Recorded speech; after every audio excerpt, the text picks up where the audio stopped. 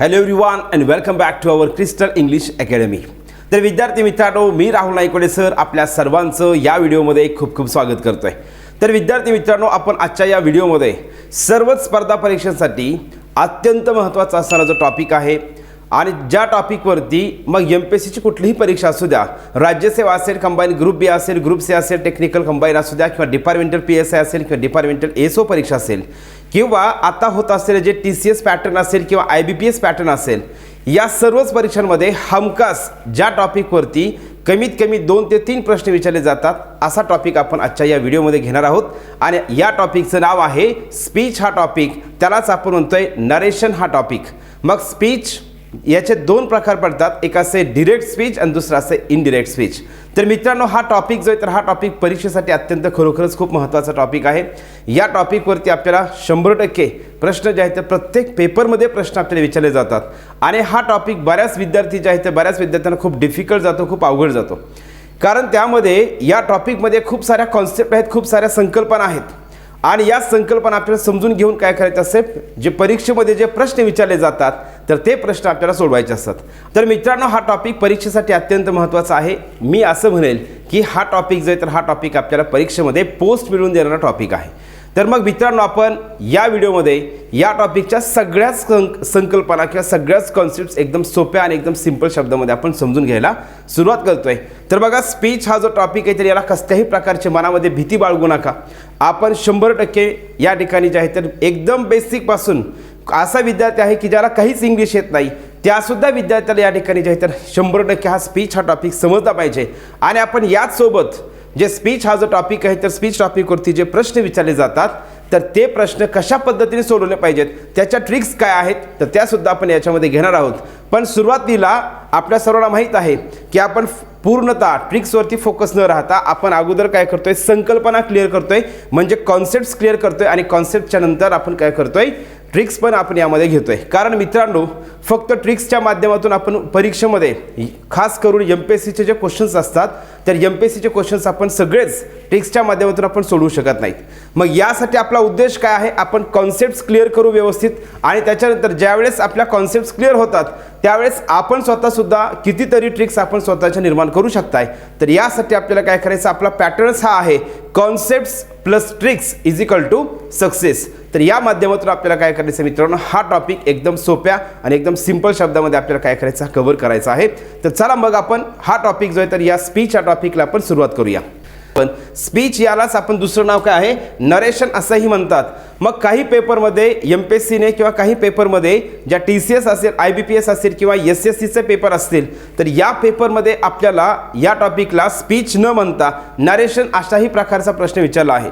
मग बरेच विद्यार्थी गोंधळतात की अरे आपण तर डिरेक्ट स्पीच आणि इनडिरेक्ट स्पीच शिकलोय, परंतु हे नरेशन हा टॉपिक काय आहे, नरेशन हे काय आहे. तर त्यासाठी तुम्हाला एक सिंपल गोष्ट सांगतोय, स्पीच म्हणजेच नरेशन आहे आणि नरेशन म्हणजेच काय आहे, स्पीच आहे. तर एवढं सिंपल आपल्याला काय करायचं, लक्षात घ्यायचं आहे. मग स्पीच टॉपिक जो आहे तर या स्पीच टॉपिकलाच आपण दुसरं नाव काय आहे, नरेशन असंही म्हणतोय.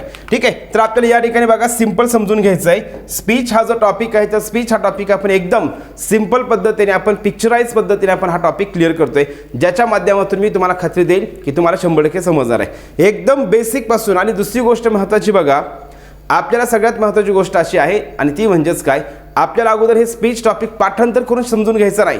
आपल्याला हा टॉपिक काय करायचं, एकदम क्लिअर समजून घ्यायचा आहे की नेमकं स्पीच म्हणजे काय असतंय, तर डिरेक्ट स्पीच म्हणजे काय आहे, इनडिरेक्ट स्पीच म्हणजे काय आहे, ही संकल्पना काय तर आपल्याला अगोदर समजून घ्यायची. पाठांतर न करता आपल्याला एकदम हा टॉपिक व्यवस्थित समजून घेऊन शिकायचा आहे. मग याचे 2 नाव आहेत, स्पीच आणि नरेशन. मग मी प्रत्येक वेळी असं सांगितलेलं आहे, इंग्लिशमध्ये जेवढे पण टॉपिक आहेत ज्या टॉपिकला 2-2, 3-3 नावं असतात तर ते नावं आपल्याला माहीत असणं गरजेचं आहे. मग मी नेहमी तुम्हाला सिंपल सर्वांना समजावं यासाठी सांगत असतोय, क्वेश्चन टॅग हा जो टॉपिक आहे त्यालाच आपण दुसरं काय म्हणतोय, टेल टॅग असं म्हणतोय. मग ॲडव्हर्ब क्लॉज ऑफ जे आहे तर ॲडव्हर्ब क्लॉज ऑफ रिझल्ट आहे त्यालाच आपण दुसरं नाव काय आहे, ॲडव्हर्ब क्लॉज ऑफ इफेक्ट आहे. त्यालाच तिसरं नाव काय आहे, ॲडव्हर्ब क्लॉज ऑफ कॉन्सिक्वेन्स आहे. ॲडव्हर्ब क्लॉज ऑफ जे आहे तर कॉन्ट्रास्ट आहे, ॲडव्हर्ब क्लॉज ऑफ कॉन्ट्रास्टचं दुसरं नाव काय आहे त्याच्यामध्ये लक्षात घ्यायचं आहे. ॲडव्हर्ब क्लॉज ऑफ कॉन्ट्रास्टच आपण म्हणतोय adverb clause of supposition, adverb clause of concession. तर यासाठी आपल्याला काय करायचं मित्रांनो, लक्षात घ्यायचं आहे, स्पीचलाच काय म्हणतो आपण, त्या ठिकाणी नरेशन असंही म्हणतोय. मग हे जे स्पीच आहे तर याचे किती प्रकार पडतात, तर 2 प्रकार पडतात. मग पहिला प्रकार कोणता आहे, डिरेक्ट स्पीच, आणि दुसरा प्रकार जो आहे तर दुसरा प्रकार हा कुठला आहे, इनडिरेक्ट स्पीच. म्हणजे डिरेक्ट स्पीच आणि इनडिरेक्ट स्पीच असे 2 प्रकार या ठिकाणी पडतात. मित्रांनो, आपल्याला सिंपल समजून घ्यायचं आहे हे डिरेक्ट स्पीच आणि इनडिरेक्ट स्पीच नेमकं काय आहे हे आपल्याला अगोदर समजून व्यवस्थित घ्यायचं आहे. मग आपण जनरली काय करतो, आपण पाठांतर करतो स्पीच टॉपिक, त्याचे 2 प्रकार, डिरेक्ट स्पीच, इनडिरेक्ट स्पीच. लगेच आपण संकल्पना घ्यायला किंवा आपण लगेच प्रश्न सोडवायला सुरुवात करतोय. पण तसं न करता आपल्याला अगोदर समजून घ्यायचं आहे नेमकं हे डिरेक्ट स्पीच म्हणजे काय असेल आणि इनडिरेक्ट स्पीच म्हणजे नेमकं काय आहे हे आपल्याला व्यवस्थित समजून घ्यायचं आहे. मग सिंपल आपण लक्षात घ्यायचं आहे. बघा, एखादा व्यक्ती बोललाय, एखादा व्यक्ती बोललेला आहे, तर ते बोललेला व्यक्ती जे आहे तर आपण काय करतोय 2 प्रकारे सांगू शकतोय. सिंपल समजून घ्या, डिरेक्ट स्पीच आणि इनडिरेक्ट स्पीच हे एखाद्या व्यक्तीने बोललेलं, म्हणजे कुठलाही व्यक्ती असेल तो व्यक्ती काहीतरी बोललाय आणि ते बोललेलं आपल्याला काय करायचं आहे, दुसऱ्याला सांगायचं, तिसऱ्याला सांगायचं, चौथ्याला सांगायचं, कितीही जणांना सांगा, तर ते आपल्याला सांगायचं आहे. एखाद्या व्यक्तीने बोललेलं आपल्याला सांगायचं आहे, तर ते सांगण्याच्या 2 पद्धती आहेत. बघा, स्पीच हा जो टॉपिक आहे ते लक्षात घ्यायचं आहे. डिरेक्ट स्पीच आणि इनडिरेक्ट स्पीच म्हणजे काय आहे, एखाद्या व्यक्तीने बोललेलं आपण ते 2 प्रकारे सांगू शकतोय. म्हणजेच डिरेक्ट स्पीच आणि इनडिरेक्ट स्पीच ह्या एखाद्या व्यक्तीने बोललेलं सांगण्याच्या 2 पद्धती आहेत. आता व्हॉइसमध्ये लक्षात घ्यायचं आहे, व्हॉइस, ॲक्टिव्ह व्हॉइस आणि पॅसिव्ह व्हॉइस जे आहे, सेम वाक्य बोलण्याच्या 2 पद्धती आहेत. ॲक्टिव्ह व्हॉइस आणि पॅसिव्ह व्हॉइस हे काय आहे, सेम वाक्य बोलण्याच्या 2 पद्धती आहेत. डिरेक्ट स्पीच आणि इनडिरेक्ट स्पीच हे जे आहेत तर हे एखाद्या व्यक्तीनं बोललेलं सांगण्याच्या 2 पद्धती आहेत. ॲक्टिव्ह व्हॉइस, पॅसिव्ह व्हॉइस बोलण्याच्या 2 पद्धती आहेत आणि डिरेक्ट स्पीच, इनडिरेक्ट स्पीच हे काय आहे, एखाद्या व्यक्तीने बोललेलं सांगण्याच्या 2 पद्धती आहेत. मग आपल्याला एखादा व्यक्ती बोललाय, आज समजा तुम्ही तुमच्या मित्राला भेटलेला आहात, तुमचा मित्र तुम्हाला काहीतरी बोलला आणि ते तुम्हाला काय करायचं, कोणाला तरी सांगायचं आहे. मग ते जो मित्र तुमचा बोललेला आहे तर ते तुम्ही काय करू शकताय, 2 पद्धतीने सांगू शकताय. एक आहे डिरेक्ट स्पीच आणि दुसरा आहे इनडिरेक्ट स्पीच. तर मित्रांनो, आपल्याला ही सुद्धा संकल्पना काय करायची, एकदम सिंपल पिक्चराइज पद्धतीने आपण कव्हर करणार आहोत. तर लक्षात घ्या, मग डिरेक्ट स्पीच आणि इनडिरेक्ट स्पीच हे जे आहेत तर हे काय आहेत, एखाद्या व्यक्तीने बोललेलं सांगण्याच्या 2 पद्धती आहेत. मग आपण शाळेमध्ये असताना, शाळेमध्ये असेल, कॉलेजमध्ये असताना किंवा आपण वेगळ्या प्रकारचे जे त्या ठिकाणी जे आहे ते पुस्तकं वाचलेली आहेत, तर त्याच्यामध्ये आपण काय करतो, डिरेक्ट स्पीच म्हणजेच काय, पाठांतरच करतो. इनडिरेक्ट स्पीच म्हणजे पाठांतर करतोय आणि आपण त्या ठिकाणी सांगितलेलं असतंय, शाळेमध्ये तर सरांनी सांगितलेलं असतंय, एखाद्या व्यक्तीने बोललेलं दुसऱ्याला सांगणे. तर मित्रांनो, लक्षात घ्या, हे डिरेक्ट स्पीच आणि इनडिरेक्ट स्पीच जे आहे तर हे कोणीही बोललेलं असू द्या, कोणीही बोललेलं आहे तर ते आपण कोणाचंही बोललेलं कोणालाही सांगू शकतोय. तर ह्या सांगण्याच्या काय आहेत, 2 पद्धती आहेत. मग आपल्याला या ठिकाणी काय, एखाद्याचं बोलणं दुसऱ्यालाच नाही, एखाद्याचं बोलणं आपण दुसऱ्याला सांगू शकतोय, तिसऱ्याला सांगू शकतोय, चौथ्याला सांगू शकतोय, कोणालाही सांगू शकतोय, जो बोललाय त्याला सुद्धा सांगू शकतोय. तर यामध्ये काय करायचं आहे, पाठांतर म्हणून सांगतोय, तुम्ही करू नका. फक्त सिंपल लक्षात काय घ्या, एखादा व्यक्ती बोललाय, मग आता सपोज मी सुद्धा बोललोय, मीच बोललोय आणि मलाच सांगायचंय, मी माझं बोललेलं सुद्धा काय करू शकतोय, मी स्वतःच सांगू शकतोय. त्याच्यामुळं असता जे आहे तर याच्यामध्ये थेरॉटिकल जाऊ नका. सिंपल लक्षात काय घ्या, एखादा कुठलाही व्यक्ती असेल तर तो काहीतरी बोललाय आणि ते काय करायचंय, सांगायचंय. मग हे सांगण्याच्या काय आहेत, 2 पद्धती आहेत, ते कोणालाही सांगा. क्लिअर आहे सगळ्यांचं. मग स्पीच टॉपिकमध्ये 2 प्रकार पडतात, एक असते डिरेक्ट स्पीच आणि दुसरा आहे इनडिरेक्ट स्पीच. मग हे पुन्हा एकदा सांगतोय, डिरेक्ट स्पीच आणि इनडिरेक्ट स्पीच हे एखाद्या व्यक्तीने बोललेलं सांगण्याच्या 2 पद्धती आहेत. एवढं सिंपल तुम्हाला काय करायचं, लक्षात घ्यायचं आहे. ठीक आहे, चलो मग आपल्याला या ठिकाणी आता काय करायचं, व्यवस्थित समजून घ्यायचंय नेमकं डिरेक्ट स्पीच म्हणजे काय असते बा, इनडिरेक्ट स्पीच म्हणजे नेमकं काय असते, तर आपल्याला या ठिकाणी व्यवस्थित समजून घ्यायचंय. मग बघा, डिरेक्ट स्पीच म्हणजेच काय असते, एखाद्या व्यक्तीने बोललेलं, एखादा व्यक्ती बोललाय तर ते एखाद्या व्यक्तीने बोललेलं जसेच्या तसं सांगायचं आहे, त्याच्यामध्ये बदल नाही करायचा, त्याचे शब्द जसे आहेत तसं सांगायचं आहे, त्याला आपण म्हणतोय डिरेक्ट स्पीच. सिंपल लक्षात घ्या. मी अगोदर हे काय करतो, या ठिकाणी कशाला काय म्हणायचं आहे, नेमकं डिरेक्ट स्पीच म्हणजे काय आहे, तर हे आपण दोन्ही पद्धतीने एक्सप्लेन पण करणार आहे आणि एखाद्या विद्यार्थ्याला वाटते की सर नाही मला लिहायचं पण आहे, तर त्यासाठी तुम्हाला या ठिकाणी असं लिहून पण दिलेलं आहे. मग डिरेक्ट स्पीच म्हणजेच काय आहे, एखादा व्यक्ती बोललाय आणि ते बोललेलं जसेच्या तसं सांगायचं आहे, त्याला आपण म्हणतोय डिरेक्ट स्पीच.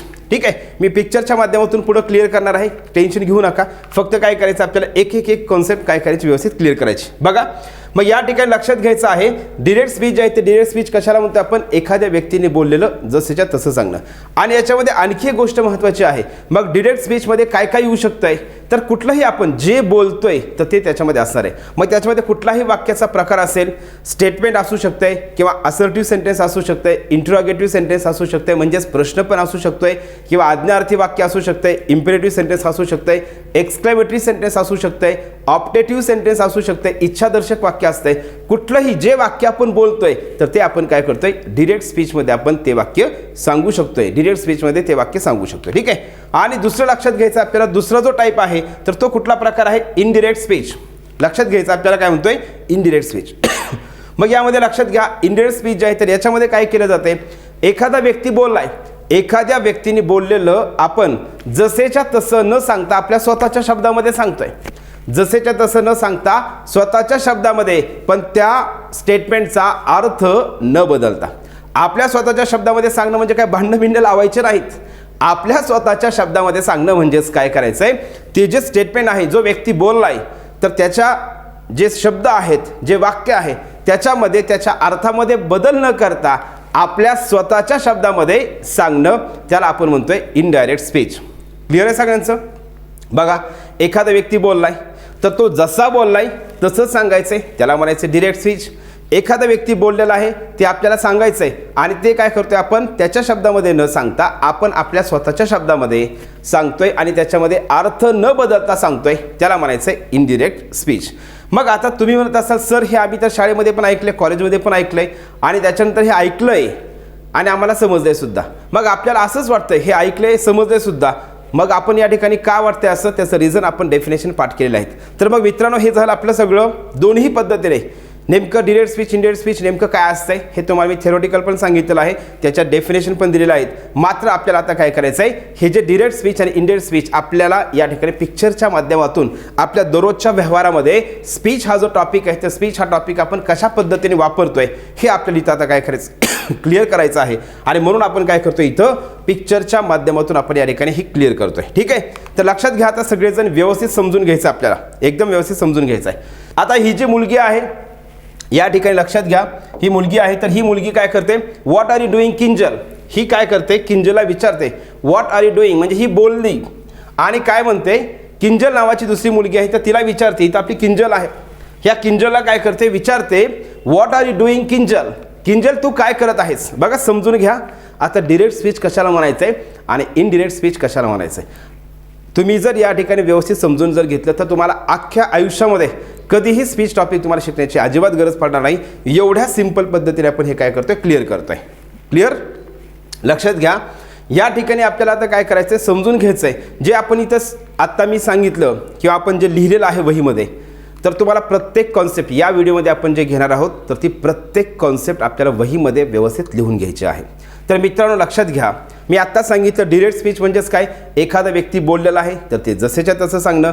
इनडिरेक्ट स्पीच म्हणजेच काय, एखादा व्यक्ती बोललाय ते त्याच्या शब्दामध्ये न सांगता आपण आपल्या स्वतःच्या शब्दामध्ये अर्थ न बदलता सांगणं, त्याला आपण म्हणतो इनडिरेक्ट स्पीच. मग हे सगळं आपण घेतलं, लिहिलं व्यवस्थित वहीमध्ये, आपण आपल्याला समजलं सुद्धा आहे. परंतु काही विद्यार्थी जे आहेत काही विद्यार्थ्यांना एक्झॅक्ट लक्षात येत नाही आणि मग आपण या ठिकाणी पिक्चरच्या माध्यमातून का क्लिअर करतोय, त्याचं रिझन असं आहे, जर आपल्याला हे पिक्चरच्या माध्यम म्हणजे आपल्याला हे जर प्रॅक्टिकल समजलं तर आपल्याला त्या ठिकाणी आपण जे वाक्य डिरेक्ट स्पीचच्या वाक्याचं इनडिरेक्ट स्पीच करतोय तर ते करत असताना कसल्याही प्रकारे पाठांतर न करता आपण काय करू शकतो, एकदम सिंपल पद्धतीने आणि खूप कमी वेळामध्ये आपण सेकंदामध्ये डायरेक्ट उत्तरापर्यंत पोहोचू शकतोय.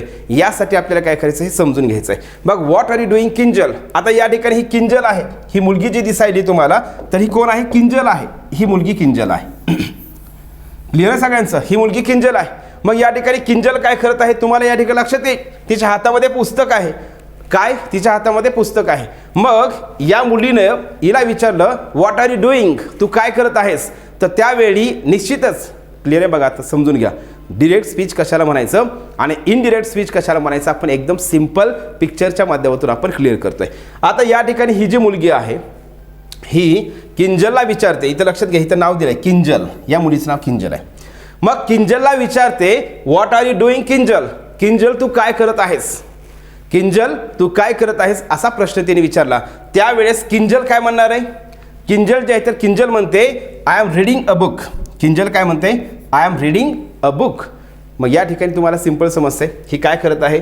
पुस्तक वाचत आहे. मग मराठीमध्ये ती काय म्हणणार आहे? समजा या मुलीने विचारलं तू काय करत आहेस, त्यावेळेस ही मुलगी किंजल काय म्हणणार आहे मराठीमध्ये? मी पुस्तक वाचत आहे किंवा मी आत्ता पुस्तक वाचत आहे अशा पद्धतीने म्हणणार आहे. मग हे वाक्य किंजलचं स्टेटमेंट कोणतं आहे? किंजल नेमकं काय म्हणाली? तर किंजल म्हणाली I am reading a book now. मी आत्ता पुस्तक वाचत आहे. आता समजा किंजल जी बोललेली आहे, किंजल जी बोललेली आहे तर ती काय करायचं आपल्याला? दुसऱ्या व्यक्तीला, तिसऱ्या व्यक्तीला, चौथ्या व्यक्तीला आपल्याला सांगायचं आहे. मग हे सांगण्यासाठी आपण आता हे फक्त स्टेटमेंट झालं हिचं, किंजलचं वाक्य झालं. तर किंजलने रिपोर्ट केलेलं जे वाक्य आहे तर ते कोणतं आहे? तर या ठिकाणी लक्षात घ्या बोललेलं वाक्य कोणतं आहे या ठिकाणी, सॉरी, तर I am reading a book now. मी आत्ता पुस्तक वाचत आहे. ही काय केली? किंजल जे आहे त्या किंजलने हे बोललेलं आहे. क्लिअर आहे? आता किंजलने जे बोललेलं आहे तर ते काय करायचं आहे? सांगायचं आहे. दुसऱ्याला सांगा, तिसऱ्याला सांगा, चौथ्याला सांगा.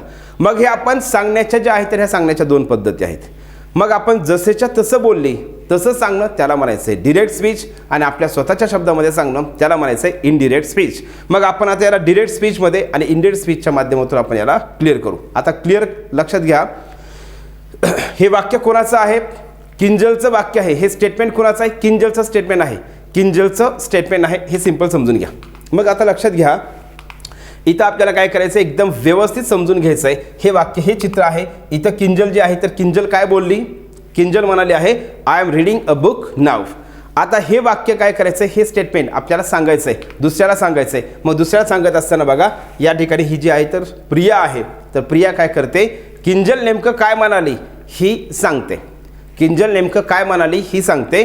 तर कशा पद्धतीने सांगते बघा. मग किंजल सेड, लक्षात घ्या हे वाक्य कोणाचं आहे? I am reading a book now. हे वाक्य कोणाचं आहे? हे स्टेटमेंट कोणाचं आहे? किंजलचं आहे. मग किंजलचं आहे म्हणल्याच्या किंजलला आपण इंग्लिशमध्ये काय म्हणणार आहेत? किंजलच. ओके. आणि म्हणाली म्हणायचं आहे, म्हणाली म्हणायचं आहे. तर यासाठी मी अगोदर सिंपल शब्द तुमचे क्लिअर करतो म्हणजे तुम्हाला या ठिकाणी क्लिअर होऊन जाईल.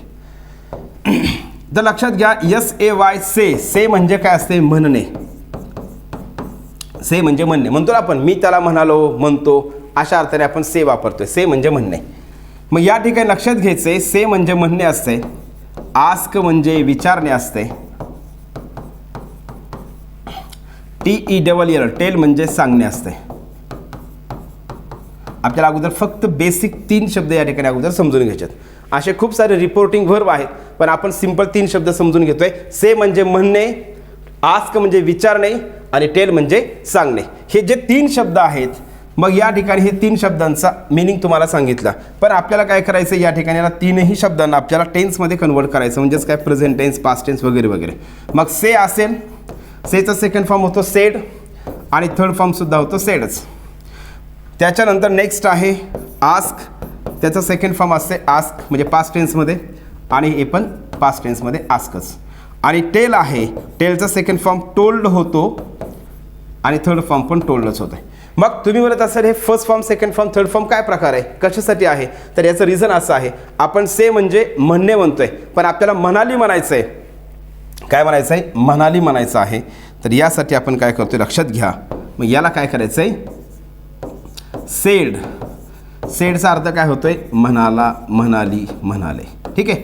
मग सेड म्हणजे म्हणाला, म्हणाली. म्हणजे एखादा व्यक्ती काहीतरी म्हणाला म्हणायचंय तर त्याला आपण सेड म्हणणार आहेत. विचारलं म्हणायचंय, आस्क म्हणणार आहेत म्हणजे त्याला आपण ईडी प्रत्यय लावतोय आस्क्ड म्हणजे त्याने विचारलं. आणि सांगितलं म्हणायचंय तर त्याला आपण वापरतोय टोल्ड. हे तुम्हाला बेसिक काय करायचं लक्षात घ्यायचंय. से म्हणजे म्हणणे आणि सेड म्हणजे म्हणाला, म्हणाली. तर या अर्थाने आपण वापरतोय. आणि आणखी एक गोष्ट लक्षात घ्यायची आपल्याला बेसिक पुढे आपण, चला ठीक आहे अगोदर एवढंच क्लिअर करू. हे लक्षात आले सगळ्यांना. मग आपल्याला काय म्हणायचंय? किंजल म्हणाली म्हणायचंय. किंजल म्हणाली, मग किंजल काहीतरी म्हणाली, मग किंजल म्हणाली म्हणायचंय. यासाठी आपण इंग्लिशमध्ये काय म्हणाले? म्हणाली म्हणलं तर पास्ट टेन्समध्ये झालं ते आणि म्हणून आपण काय करतोय? किंजल सेड म्हणतोय. काय म्हणतोय? किंजल सेड. किंजल म्हणाली.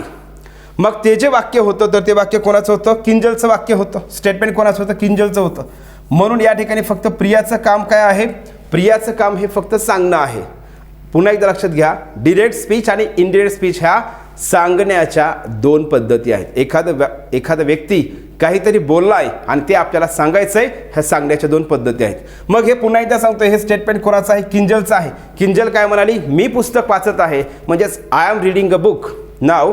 आणि याच्यामध्ये प्रियाला काय करायचं? तेच वाक्य सांगायचं आहे. मग हे वाक्य कोणी बोललेलं आहे? किंजलनी बोललेलं आहे. म्हणून या ठिकाणी काय करते? प्रिया म्हणणार आहे किंजल सेड, किंजल म्हणाली. मग काय म्हणाली किंजल? तर या ठिकाणी लक्षात घ्या, Kinjal said I am reading a book now. मग किंजल काय म्हणाली? मी आत्ता पुस्तक वाचत आहे. म्हणजे या ठिकाणी काय केलंय? हे जसं आहे वाक्य तसं सांगितलंय, I am reading a book now. आणि इथं पण काय आहे? I am reading a book now. म्हणजे किंजल जसं बोलली तसंच सांगितलं, त्याच्यामध्ये कसल्याही प्रकारचा बदल केला नाही. हे शब्द जसे आहेत तसेच ठेवले, त्याला काय म्हणायचं आहे? डिरेक्ट स्पीच म्हणायचं आहे. एखादा व्यक्ती बोललेला आहे तर ते जसेच्या तसं सांगायचं आहे, त्याला आपण म्हणतो डिरेक्ट स्पीच. म्हणजे इथं किंजल बोललेली आहे. किंजल काय म्हणाली होती? I am reading a book now. आणि तेच वाक्य काय केले? प्रियाने सांगितलेलं आहे. मग Kinjal said I am reading a book now. मग या ठिकाणी किंजलचे जे शब्द आहेत जसे आहेत तसेच सांगितले आहेत, जसे आहेत तसेच सांगितलेले आहेत. म्हणजे इथं पण I am reading a book now आहे, इथं पण काय आहे? I am reading a book now आहे. म्हणजे जसं आहे तसंच सांगितलंय, त्याला आपण म्हणतोय डिरेक्ट स्पीच म्हणतोय. क्लिअर आहे सगळ्यांचं? आणि इनडायरेक्ट स्पीच आपल्याला बघा इनडायरेक्ट स्पीच कशा पद्धतीने असणार आहे? आता तेच वाक्य कोणाचं? किंजलचंच वाक्य काय करते? या ठिकाणी जे स्वरा आहे त्या स्वरा काय करणार आहे? सांगणार आहे. तर या ठिकाणी स्वरा सांगते बघा, इथं लक्षात घ्यायचंय. स्वरा सांगते किंजल सेड दॅट, किंजल म्हणाली. इथं लक्षात घ्या, किंजल सेड दॅट, इथं दॅट आहे. मग या ठिकाणी she was reading a book then. मग या ठिकाणी बदल काय केलेला आहे? किंजल असं म्हणली होती का she was reading a book then? तर या ठिकाणी काय होतं? किंजल असं म्हणली होती I am reading a book now. तर हे स्वराने काय केलं? हे वाक्य अशा पद्धतीने सांगितलं, Kinjal said that she was reading a book then.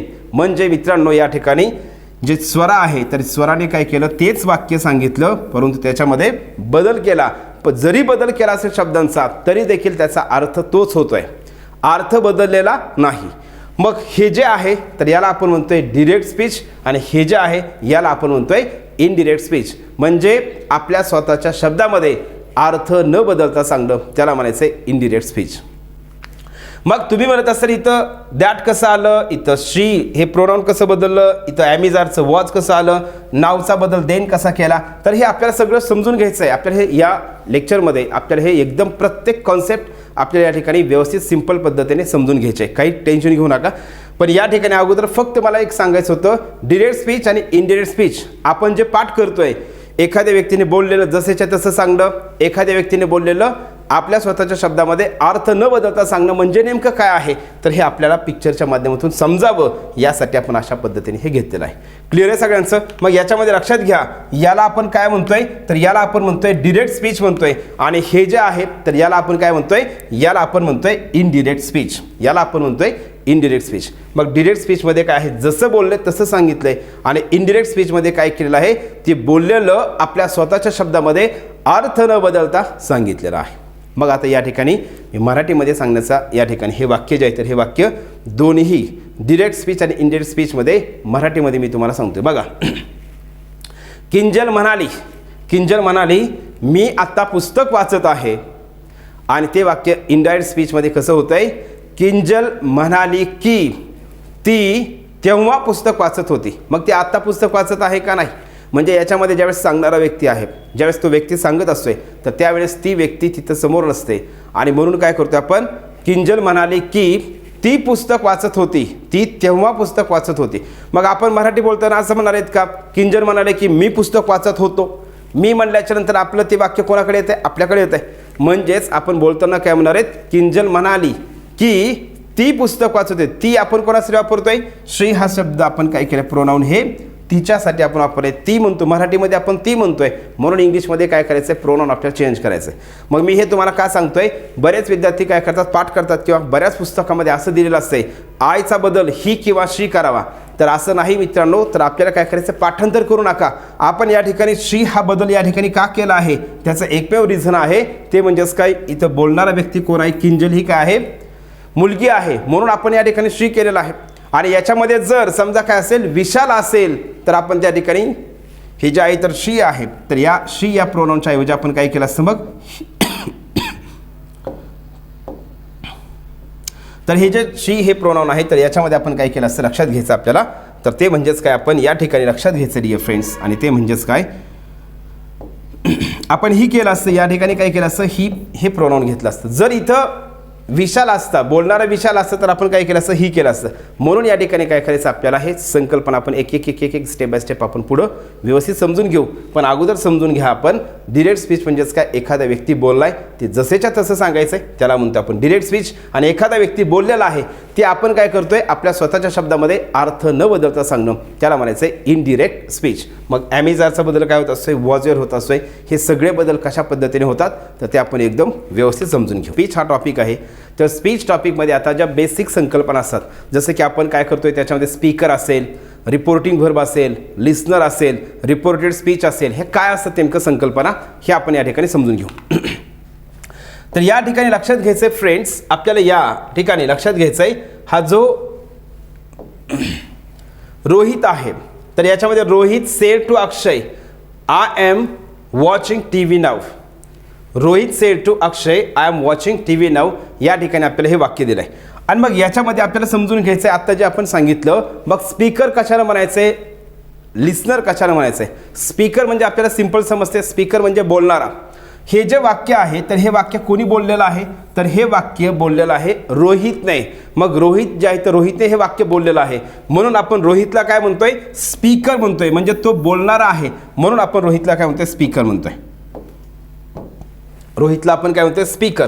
त्याच्यानंतर नेक्स्ट लक्षात घ्यायचं आपल्याला इथं हे जे सेड आहे सेड टू आहे तर सेड टूला आपण काय म्हणतोय, सेड हे तर आपल्याला सर्वांना समजते, सेड हे काय आहे व्हर्ब आहे, क्रियापद आहे. पण जे क्रियापद काय करते रिपोर्ट करतंय म्हणून आपण त्याला काय म्हणतोय रिपोर्टिंग व्हर्ब म्हणतोय. सिंपल आपल्या लक्षात काय घ्यायचंय या ठिकाणी सिंपल समजून घ्या. हे जे आहे तर हे सेड टू हे व्हर्ब आहे, पण जे व्हर्ब काय करतं रिपोर्ट करतं त्याला आपण म्हणतोय रिपोर्टिंग व्हर्ब. मग या ठिकाणी याला आपण म्हणतोय रिपोर्टिंग व्हर्ब. आणि हा जो अक्षय आहे तर अक्षय काय करतोय ऐकणार आहे. हा रोहित बोलतोय, अक्षय ऐकतोय म्हणून आपण अक्षयला काय म्हणतोय लिस्नर म्हणतोय. खूप सिंपल आहे बघा. रोहित हा बोलणारा आहे म्हणून आपण त्याला स्पीकर म्हणलं. सेड टू हे काय आहे क्रियापद आहे आणि सेड टू हे काय करतंय या ठिकाणी रिपोर्ट करणारं क्रियापद आहे म्हणून आपण याला काय म्हणतोय रिपोर्टिंग व्हर्ब म्हणतोय. आणि अक्षय हा काय आहे ऐकणार आहे, लिस्नर आहे म्हणून या ठिकाणी आपण याला काय करतोय लिस्नर म्हणतोय.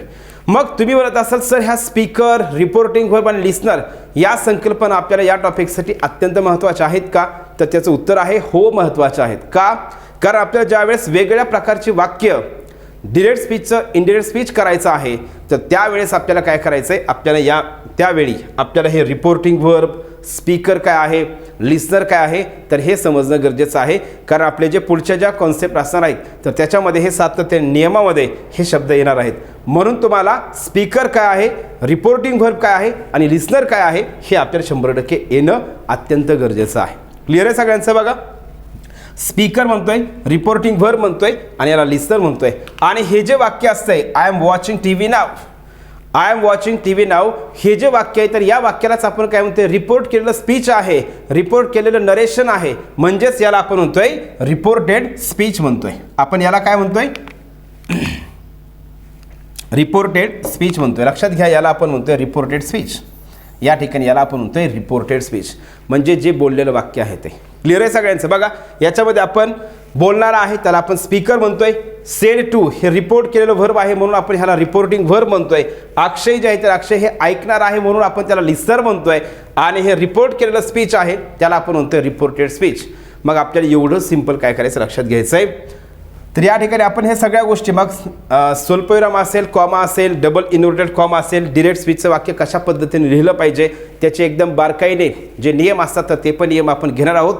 कारण आपल्याला जे पंक्च्युएशन मार्क हा जो टॉपिक आहे तर पंक्च्युएशन मार्क हा जो टॉपिक आहे तर या पंक्च्युएशन मार्कवरती आपल्याला जे प्रश्न विचारले जातात तर ते प्रश्न आपल्याला सोडवण्यासाठी आपल्याला या ठिकाणी डिरेक्ट स्पीचचे वाक्य जास्तीत जास्त दिले जातात.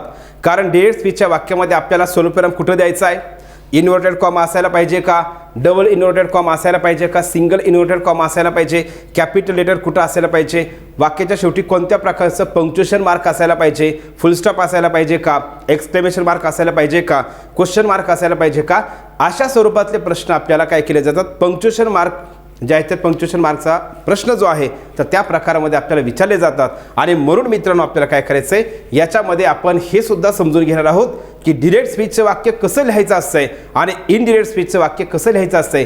याच्या माध्यमातून आपण कित्येक वेळेस आपल्याला या बेसिक जर संकल्पना माहीत असतील तर आपण डायरेक्ट हे जे डिरेक्ट स्पीच आणि इनडिरेक्ट स्पीच या टॉपिकवरती जे प्रश्न विचारले जातात तर त्याच्या आपण डायरेक्ट एकाच सेकंदामध्ये उत्तरापर्यंत पोहोचतोय. ह्या बेसिक संकल्पना जर माहीत असतील तर, म्हणजे हे वाक्य कसं लिहिलं जातं आणि इनडिरेक्ट स्पीचचं वाक्य कसं लिहिलं जातं हे माहीत जरी असेल तरी देखील. ठीक आहे, मग आपल्याला या ठिकाणी सगळंच याच्यामध्ये जे आहे तर याच्यामध्ये पंक्च्युएशन मार्कचे पण रूल्स आपल्याला याच्यामध्ये घ्यायचे आहेत, म्हणजे सगळेच नाहीत, पण हे वाक्य डिरेक्ट स्पीचचं वाक्य कसं लिहिलं जातं आहे हे आपल्याला याच्यामध्ये समजून घ्यायचं आहे. का घ्यायचं आहे तर त्याचं पुन्हा उत्तर मी तुम्हाला सांगेल किंवा कारण असं सांगेल की आपल्याला या टॉपिकवरती जे प्रश्न विचारले जातात त्याचे तर उत्तर आपल्याला आलेच पाहिजेत, परंतु पंक्च्युएशन मार्कवरती जे प्रश्न आपल्याला विचारले जातात त्याच्यामध्ये जास्तीत जास्त प्रश्न हे आपल्याला डिरेक्ट स्पीचचे प्रश्न दिले जातात.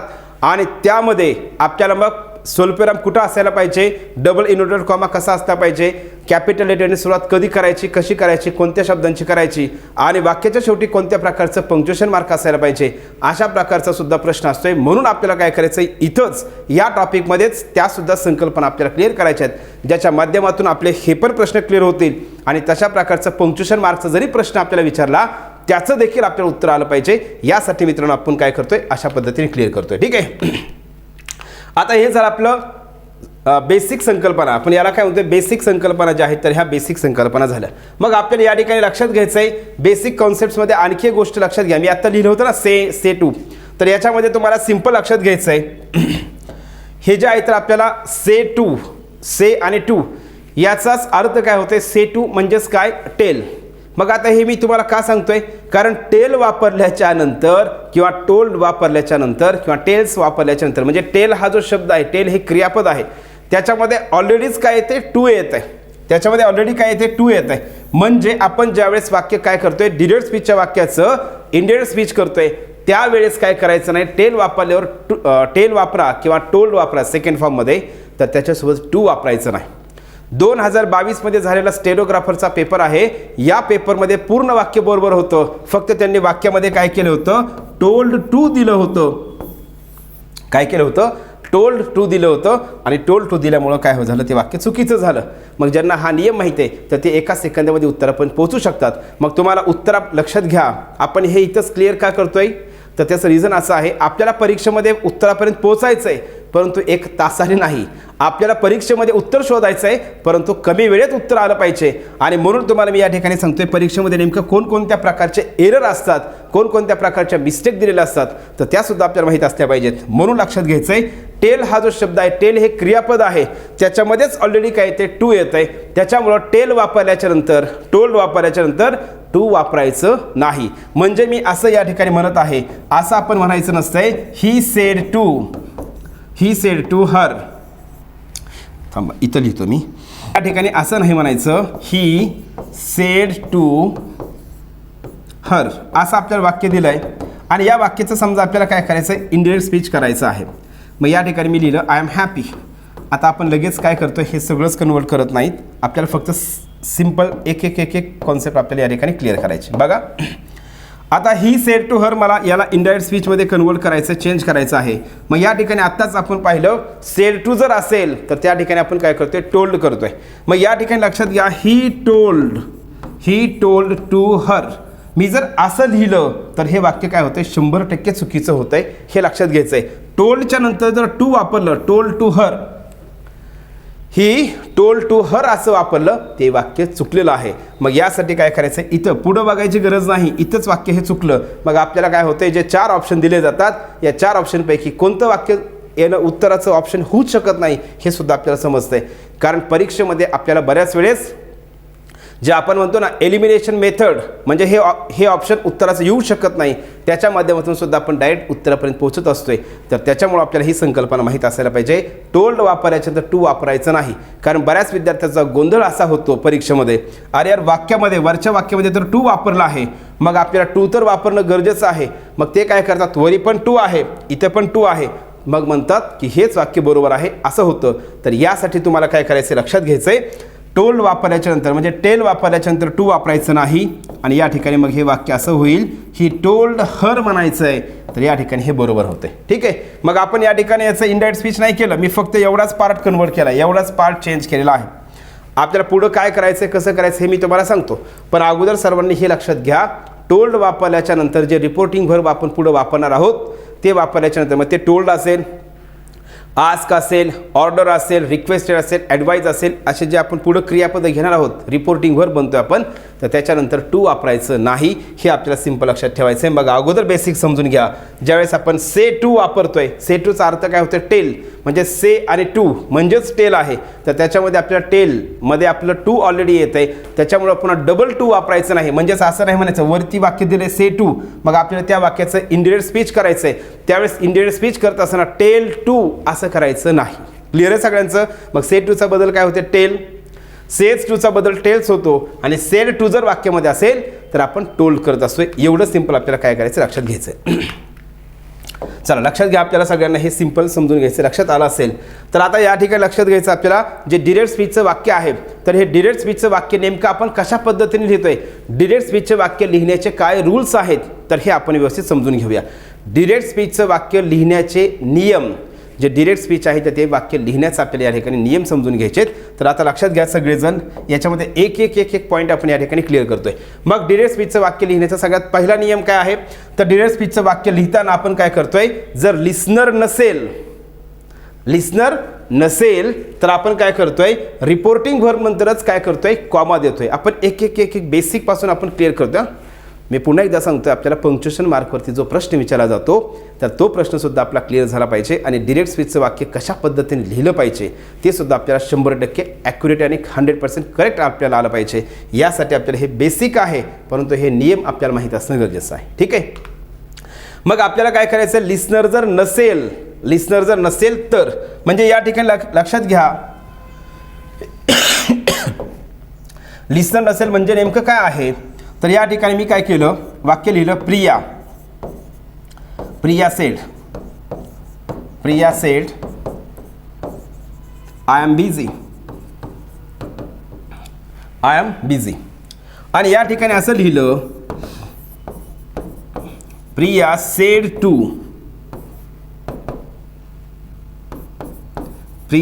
To Vikas I am busy. आता लक्षात घ्या, हे दोन वाक्य आहेत. या दोन वाक्यामध्ये आपण एकदम बेसिक संकल्पना क्लिअर करत आहोत. या दोन वाक्यामध्ये प्रिया जे आहे तर प्रिया ही काय करत आहे, प्रियाने हे वाक्य बोललेलं आहे. मग आपण शिकलोय सुरुवातीलाच, बोलणारा जो व्यक्ती असतो त्याला आपण इंग्लिशमध्ये काय म्हणतोय, ह्या कॉन्सेप्ट बेसिक कॉन्सेप्टमध्ये याला आपण म्हणतोय स्पीकर म्हणजे बोलणारा. ठीक आहे. आणि या सेडला काय म्हणायचं आहे, वर्ब आहे पण ते रिपोर्ट करत आहे म्हणून याला काय म्हणायचं आहे, रिपोर्टिंग व्हर्ब म्हणायचं आहे. काय म्हणायचं आहे, याला रिपोर्टिंग व्हर्ब म्हणायचं आहे. आणि हे जे स्टेटमेंट आहे तर याला आपण शिकलोय, याला काय म्हणतो आपण, निश्चितच रिपोर्टेड स्पीच म्हणतोय. काय म्हणायचं, याला रिपोर्टेड स्पीच म्हणायचं आहे. रिपोर्टेड स्पीच हे झालं आपलं क्लिअर याचं. आता लक्षात घ्या, हे रिपोर्टिंग व्हर्ब या वाक्यामध्ये दुसऱ्या वाक्यामध्ये प्रिया जी आहे तर प्रिया काय झाली, बोलणारी आहे म्हणून आपण त्याला स्पीकर म्हणतोय. सेड टू, याच्यामध्ये टू आले बघा, सेड टू आहे, मग त्या सेड टूला काय म्हणायचं आहे, रिपोर्टिंग व्हर्ब म्हणायचं आहे. काय म्हणतो आपण, याला रिपोर्टिंग व्हर्ब म्हणतोय. आणि आता इथं विकास मात्र काय आहे, ऐकायला आहे. लिस्नर आहे याच्यामध्ये, मग लिस्नर आहे याला आपण काय म्हणतोय, लिस्नर म्हणतोय. लक्षात घ्या, याला काय म्हणतो आपण, लिस्नर म्हणतोय. मग आपला पहिला नियम काय सांगतोय, जर डिरेक्ट स्पीचमध्ये लिस्नर जर असेल आणि लिस्नर नसेल, आपल्याला हे दोन क्लिअर करायचं आहे. मग सुरुवातीला काय याच्यामध्ये लिस्नर आहे का, नाही. मग लिस्नर नाही म्हणून आपण काय केलं आहे, जो स्वल्पविराम दिला याच्यामध्ये बघा, स्वल्पविराम जो दिलेला आहे हा स्वल्पविराम इथं दिला आहे. मग हा स्वल्पविराम आपण कुठं दिला आहे, सेड या रिपोर्टिंग व्हर्बच्या नंतर स्वल्पविराम दिलेला आहे. आले लक्षात सगळ्यांना. मग लिस्नर जर नसेल तर आपण रिपोर्टिंग व्हर्बच्या नंतर स्वल्पविराम देतोय, रिपोर्टिंग व्हर्बच्या नंतर स्वल्पविराम द्यायचा आहे. आपल्याला या ठिकाणी लक्षात घ्या, बेसिकपासून स्टार्ट करायचा. लिस्नर जर नसेल तर आपण रिपोर्टिंग व्हर्बच्या नंतर स्वल्पविराम देतोय. हा झाला आपला पहिला बेसिक नियम. म्हणजे बघा या ठिकाणी गौतमी सेड या ठिकाणी काय केले, गौतमी सेड हे रिपोर्टिंग व्हर्ब आहे आणि या रिपोर्टिंग व्हर्बच्या नंतर आपण काय करतो, इथं लक्षात घ्यायचं आहे, इथं रिपोर्टिंग व्हर्बच्या नंतर आपण स्वल्पविराम दिलेला आहे.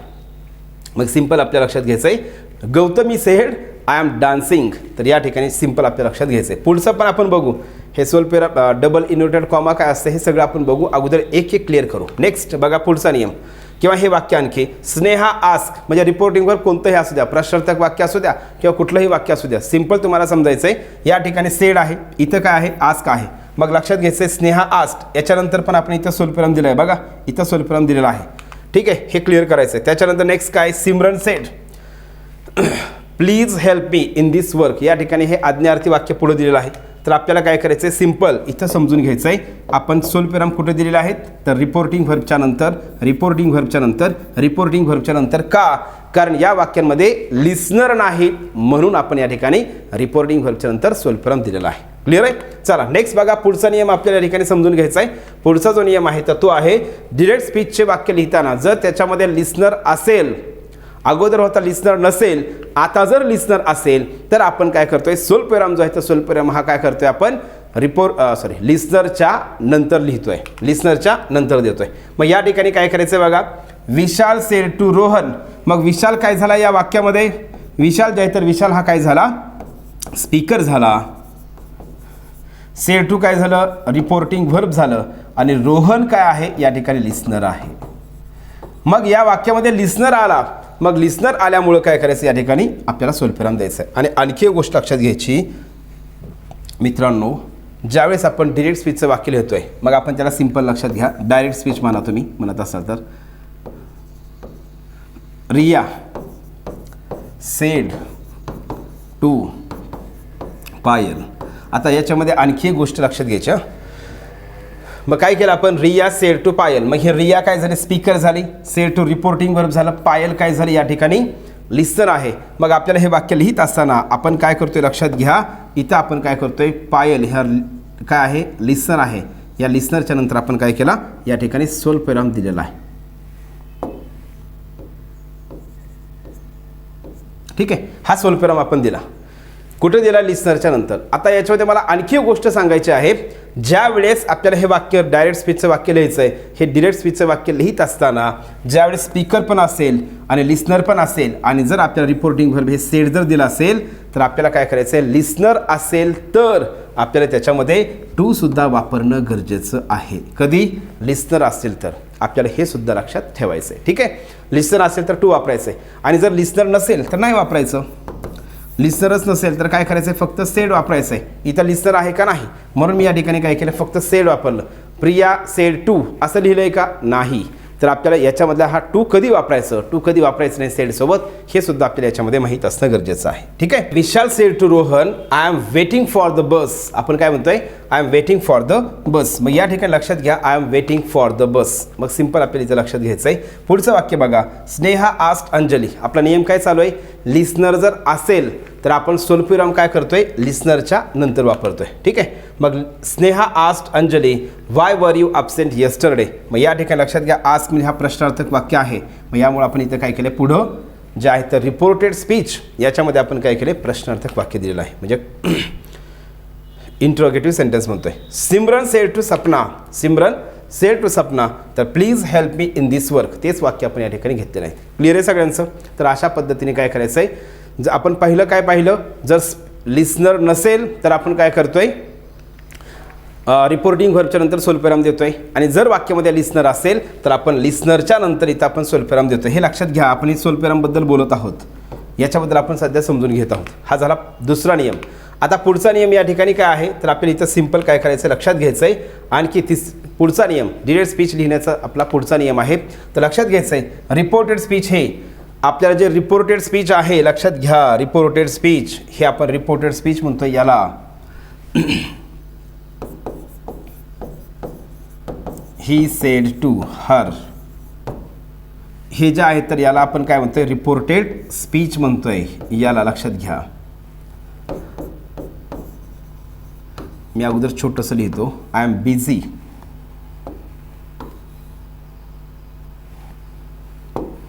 इथं फुल स्टॉप आणि त्याच्यानंतर डबल इन्व्हर्टेड कॉमा आहे. मग लक्षात घ्यायचं, याला आपण काय म्हणतोय, रिपोर्टेड स्पीच. अगोदर समजून घ्या, वाक्य लिहिण्याच्या पद्धती ज्या आहेत तर ते आपण सध्या समजून घेत आहोत.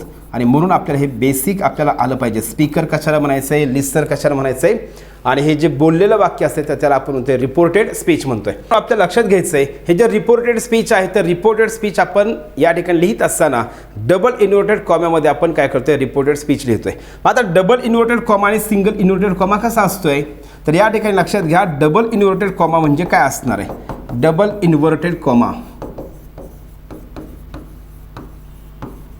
डबल इन्व्हर्टेड कॉमा जो असतोय तर तो कसा असतोय, तर सिंपल आहे. डबल इन्व्हर्टेड कॉमाज म्हणजेच काय असते लक्षात घ्या, इथं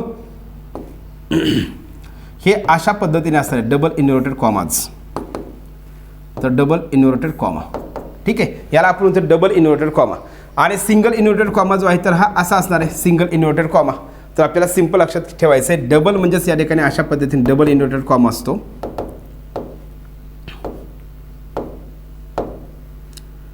आणि सिंगल इन्व्हर्टेड कॉमा म्हणजेच हे सिंगल याच्यामध्ये असणार आहे, ठीक आहे. तर हे आपल्याला लक्षात घ्यायचं आहे. मग रिपोर्टेड स्पीच जे आहे तर रिपोर्टेड स्पीच लक्षात ठेवायचं आहे, म्हणजे डिरेक्ट स्पीचचं वाक्य लिहिताना रिपोर्टेड स्पीच जे आहे तर रिपोर्टेड स्पीच हे आपण काय करतोय डबल इन्व्हर्टेड कॉमामध्ये लिहितोय. मग डबल इन्व्हर्टेड कॉमा ज्या असतात तर ते कशा प्रकारे असतात, हे अशा पद्धतीने असतात हे लक्षात घ्यायचं आहे. आणि मग वाक्य कसं असणार आहे बघा, अक्षय सेड, मग या ठिकाणी जे अक्षय सेड इथं आपण स्वल्पविराम दिला. आणि या ठिकाणी हे जे वाक्य आहे तर हे वाक्य हे रिपोर्टेड स्पीचचं वाक्य आहे. तर हे रिपोर्टेड स्पीचचं वाक्य आपण काय करतोय डबल इन्व्हर्टेड कॉमामध्ये लिहितोय. मग इथं डबल इन्व्हर्टेड कॉमा आहे. I have been learning English for 2 months. मग हे जे रिपोर्टेड स्पीच आहे तर हे डबल इन्व्हर्टेड कॉमामध्ये लिहिलेलं आहे. तर याला आपण लक्षात, इथं फुल स्टॉप असतो, सॉरी इथं फुल स्टॉप राहिला, इथं फुल स्टॉप आहे, ठीक आहे. नेक्स्ट बघा आपल्याला पुढे समजून घ्यायचं आहे. आणि काही वेळेस जे रिपोर्टेड स्पीचचं वाक्य आहे तर त्याच्यामध्ये जे रिपोर्टेड स्पीच आहे तर हे आपण काय करतो सिंगल इन्व्हर्टेड कॉमामध्ये पण लिहितोय. जर तुम्ही रेन अँड मार्टिनचं पुस्तक पाहिलं तर रेन अँड मार्टिनचं जे पुस्तक आहे तर त्याच्यामध्ये स्पीच टॉपिकमध्ये रिपोर्टेड स्पीच जे आहे तर जेवढे पण वाक्य दिलेले आहेत तर त्यांनी सिंगल इन्व्हर्टेड कॉमामध्ये दिलेले आहेत. मग ज्यावेळेस MPSC काय करते त्या रेन अँड मार्टिनच्या पुस्तकामधले प्रश्न घेते, जसेच्या तसे कॉपी पेस्ट करते, त्यावेळी काय करते ते स्वल्पविराम म्हणजे इन्व्हर्टेड कॉमा जो आहे ना तिथं सिंगल इन्व्हर्टेड कॉमामध्ये जर ते वाक्य असेल तर इकडे घेताना सुद्धा काय करते सिंगल इन्व्हर्टेड कॉमामध्येच ते वाक्य घेते. म्हणून या ठिकाणी लक्षात घ्यायचं आहे तर रिपोर्टेड स्पीचचं वाक्य जे आहे तर रिपोर्टेड स्पीचचं वाक्य काही वेळेस सिंगल इन्व्हर्टेड कॉमामध्ये सुद्धा लिहिले जाते. तर अशा पद्धतीने लक्षात ठेवायचं, सिंगल इन्व्हर्टेड कॉमा म्हणजेच हे अशा पद्धतीने असणार आहे. आणि सिंगल इन्व्हर्टेड कॉमामध्ये म्हणजे वाक्य कसं असणार आहे तर लक्षात घ्या अक्षय सेड हेच वाक्य आत्ताच आहे, पण या ठिकाणी काय इथं झालं सिंगल इन्व्हर्टेड कॉमा. काही वेळेस हे वाक्य सिंगल इन्व्हर्टेड कॉमामध्ये पण लिहिलं जातं. हे का सांगतोय त्याचं रिझन असं आहे की पुन्हा एकदा मग आपल्याला लक्षात आपण काय केलं असते, पाठच केलं असते. डायरेक्ट स्पीचचे वाक्य जे आहे तर ते लिहिताना रिपोर्टेड स्पीच हे डबल इन्व्हर्टेड कॉमामध्ये असते. आणि मग कधी कधी वाक्य असं दिलं तर मग आपण तिथं काय होतं गोंधळतोय. तर यासाठी लक्षात ठेवायचं आहे रेन अँड मार्टिनचं जे पुस्तक आहे त्या पुस्तकामध्ये त्यांनी काय केलेलं आहे मित्रांनो तर सिंगल इन्व्हर्टेड कॉमामध्ये वाक्य जे आहेत तर हे रिपोर्टेड स्पीचचे वाक्य लिहिलेले आहेत. मग MPSC ज्यावेळेस त्याच्यातले त्या पुस्तकामधले प्रश्न इकडे घेते त्यावेळी काय करते सिंगल इन्व्हर्टेड कॉमामध्येच ते वाक्य ठेवते. तर मग मित्रांनो आपल्याला लक्षात घ्यायचं आहे की या ठिकाणी जे डायरेक्ट स्पीचचं वाक्य आहे तर डायरेक्ट स्पीचचं वाक्य लिहित असताना आपण जे रिपोर्टेड स्पीच असते तर हे रिपोर्टेड स्पीच आपण काय करतोय डबल इन्व्हर्टेड कॉमाजमध्ये लिहितोय. तसेच आपण ते रिपोर्टेड स्पीच जे आहे तर हे सिंगल इन्व्हर्टेड कॉमामध्ये पण लिहितोय. मात्र तुम्ही जर मागील क्वेश्चन पेपर जर पाहिले तर त्या ठिकाणी तुम्हाला लक्षात येईल की जास्तीत जास्त वाक्य जे आहे तर वाक्य हे डायरेक्ट स्पीचचे वाक्य हे आपल्याला डबल इन्व्हर्टेड कॉमाजमध्ये लिहून दिलेले आहेत. तर यासाठी आपल्याला काय करायचं मित्रांनो हे लक्षात ठेवायचं आहे. आणि मग लक्षात घ्यायचं आणखी एक गोष्ट लक्षात घ्या, तर त्यामध्ये सिंपल आहे जे रिपोर्टेड स्पीच आहे रिपोर्टेड स्पीच हे आपण काय करतोय डबल इन्व्हर्टेड कॉमाजमध्ये लिहितोय. मात्र तुम्हाला इथं आणखी एक गोष्ट लक्षात ठेवायची, ज्या प्रकारचं वाक्य असेल म्हणजेच रिपोर्टेड स्पीचमध्ये ज्या प्रकारचं वाक्य असेल त्या वाक्याच्या प्रकारानुसार आपण काय करतोय पंक्च्युएशन शेवटी पंक्च्युएशन मार्क देतोय. म्हणजे या ठिकाणी लक्षात घ्या I have been learning English for 2 months हे जे आहे तर हे वाक्य कोणतं आहे, हे विधानार्थी वाक्य आहे, हे स्टेटमेंट आहे. आणि आपल्या सर्वांना माहिती आहे विधानार्थी वाक्याच्या शेवटी आपण काय करतो फुल स्टॉप वापरतोय. आणि म्हणून आपल्याला काय करायचं या वाक्याच्या शेवटी फुल स्टॉप इथं द्यायचा आहे. आणि फुल स्टॉप दिल्याच्या नंतर इथं फुल स्टॉप देतोय आपण आणि फुल स्टॉप इथं बघा इथं फुल स्टॉप दिला आणि फुल स्टॉप दिल्याच्या नंतर काय होतं आपण जे डबल इन्व्हर्टेड कॉमा जे आहे तर ते आपण त्याने डबल इन्व्हर्टेड कॉमाने वाक्य बंद करतोय. मग आपल्याला हे पण लक्षात ठेवायचं आहे. आणि सिंगल इन्व्हर्टेड कॉमामध्ये सुद्धा आपण काय करू शकतोय रिपोर्टेड स्पीच जे आहे तर ते आपण लिहू शकतोय. मग या ठिकाणी मित्रांनो आपल्याला काय करायचं हे सिंपल नियम लक्षात ठेवायचे आहेत कारण आपल्याला प्रश्न कसाही विचारू द्या, आपल्याला उत्तर आलं पाहिजे. ठीक आहे, चला आपल्याला या ठिकाणी पाहायचं आहे. हे जे डायरेक्ट स्पीच आहे, त्या डायरेक्ट स्पीच संदर्भातले आणखी आपल्याला कोणकोणत्या गोष्टी लक्षात ठेवायच्या आहेत, तर ते सिंपल लक्षात ठेवा. तर बघा, डायरेक्ट स्पीचचं वाक्य जे आहे, तर ह्याचे सगळे सिंपल, सगळे जे नियम आपण आतापर्यंत पाहिले, तर ते सगळे नियम पुन्हा एकदा सगळे स्लाईडमध्ये दाखवतोय, म्हणजे तुम्हाला हे लक्षात येईल. मग आपल्याला पहिला नियम लक्षात काय ठेवायचं आहे, डायरेक्ट स्पीचचं वाक्य लिहिताना जर लिस्नर नसेल तर आपण काय करतोय, रिपोर्टिंग व्हर्ब नंतर स्वल्पविराम देतोय. त्याच्यानंतर नेक्स्ट काय करायचं, जर लिस्नर असेल तर आपण काय करतोय, लिस्नरच्या नंतर स्वल्पविराम देतोय. आणि त्याच्यानंतर नेक्स्ट लक्षात ठेवायचं, रिपोर्टेड स्पीच हे डबल इनवर्टेड कॉमामध्ये आपण लिहित असतोय. आणि रिपोर्टेड स्पीच जे आहे, तर रिपोर्टेड स्पीच लिहित असताना तर रिपोर्टेड स्पीचची जी सुरुवात आहे, तर सुरुवात काय करायची, कॅपिटल लेटरने करायची. आपल्याला ह्या पण गोष्टी काय करायच्यात, लक्षात ठेवायच्यात. आणि पुन्हा एकदा सांगेल, आणखी शेवटचा नियम सांगेल, रिपोर्टेड स्पीचमध्ये ज्या प्रकारचं वाक्य आहे, ते वाक्य जे आहे तर त्या वाक्याच्या प्रकारानुसार त्या वाक्याच्या शेवटी आपण पंक्च्युएशन मार्क वापरतोय. म्हणजे जर वाक्य विधानार्थी वाक्य असेल तर त्या वाक्याच्या शेवटी फुल स्टॉप द्यायचा आहे आणि नंतर काय करायचं आहे, डबल इन्व्हर्टेड कॉमामध्ये आपल्याला ते वाक्य बंद करायचं आहे. म्हणजे ज्या प्रकारचं, बघा इथं दिलंय, रिपोर्टेड स्पीचमध्ये ज्या प्रकारचं वाक्य असते त्या वाक्याच्या प्रकारानुसार वाक्याच्या शेवटी आपल्याला काय करायचं आहे, पंक्च्युएशन मार्क द्यायचा आहे.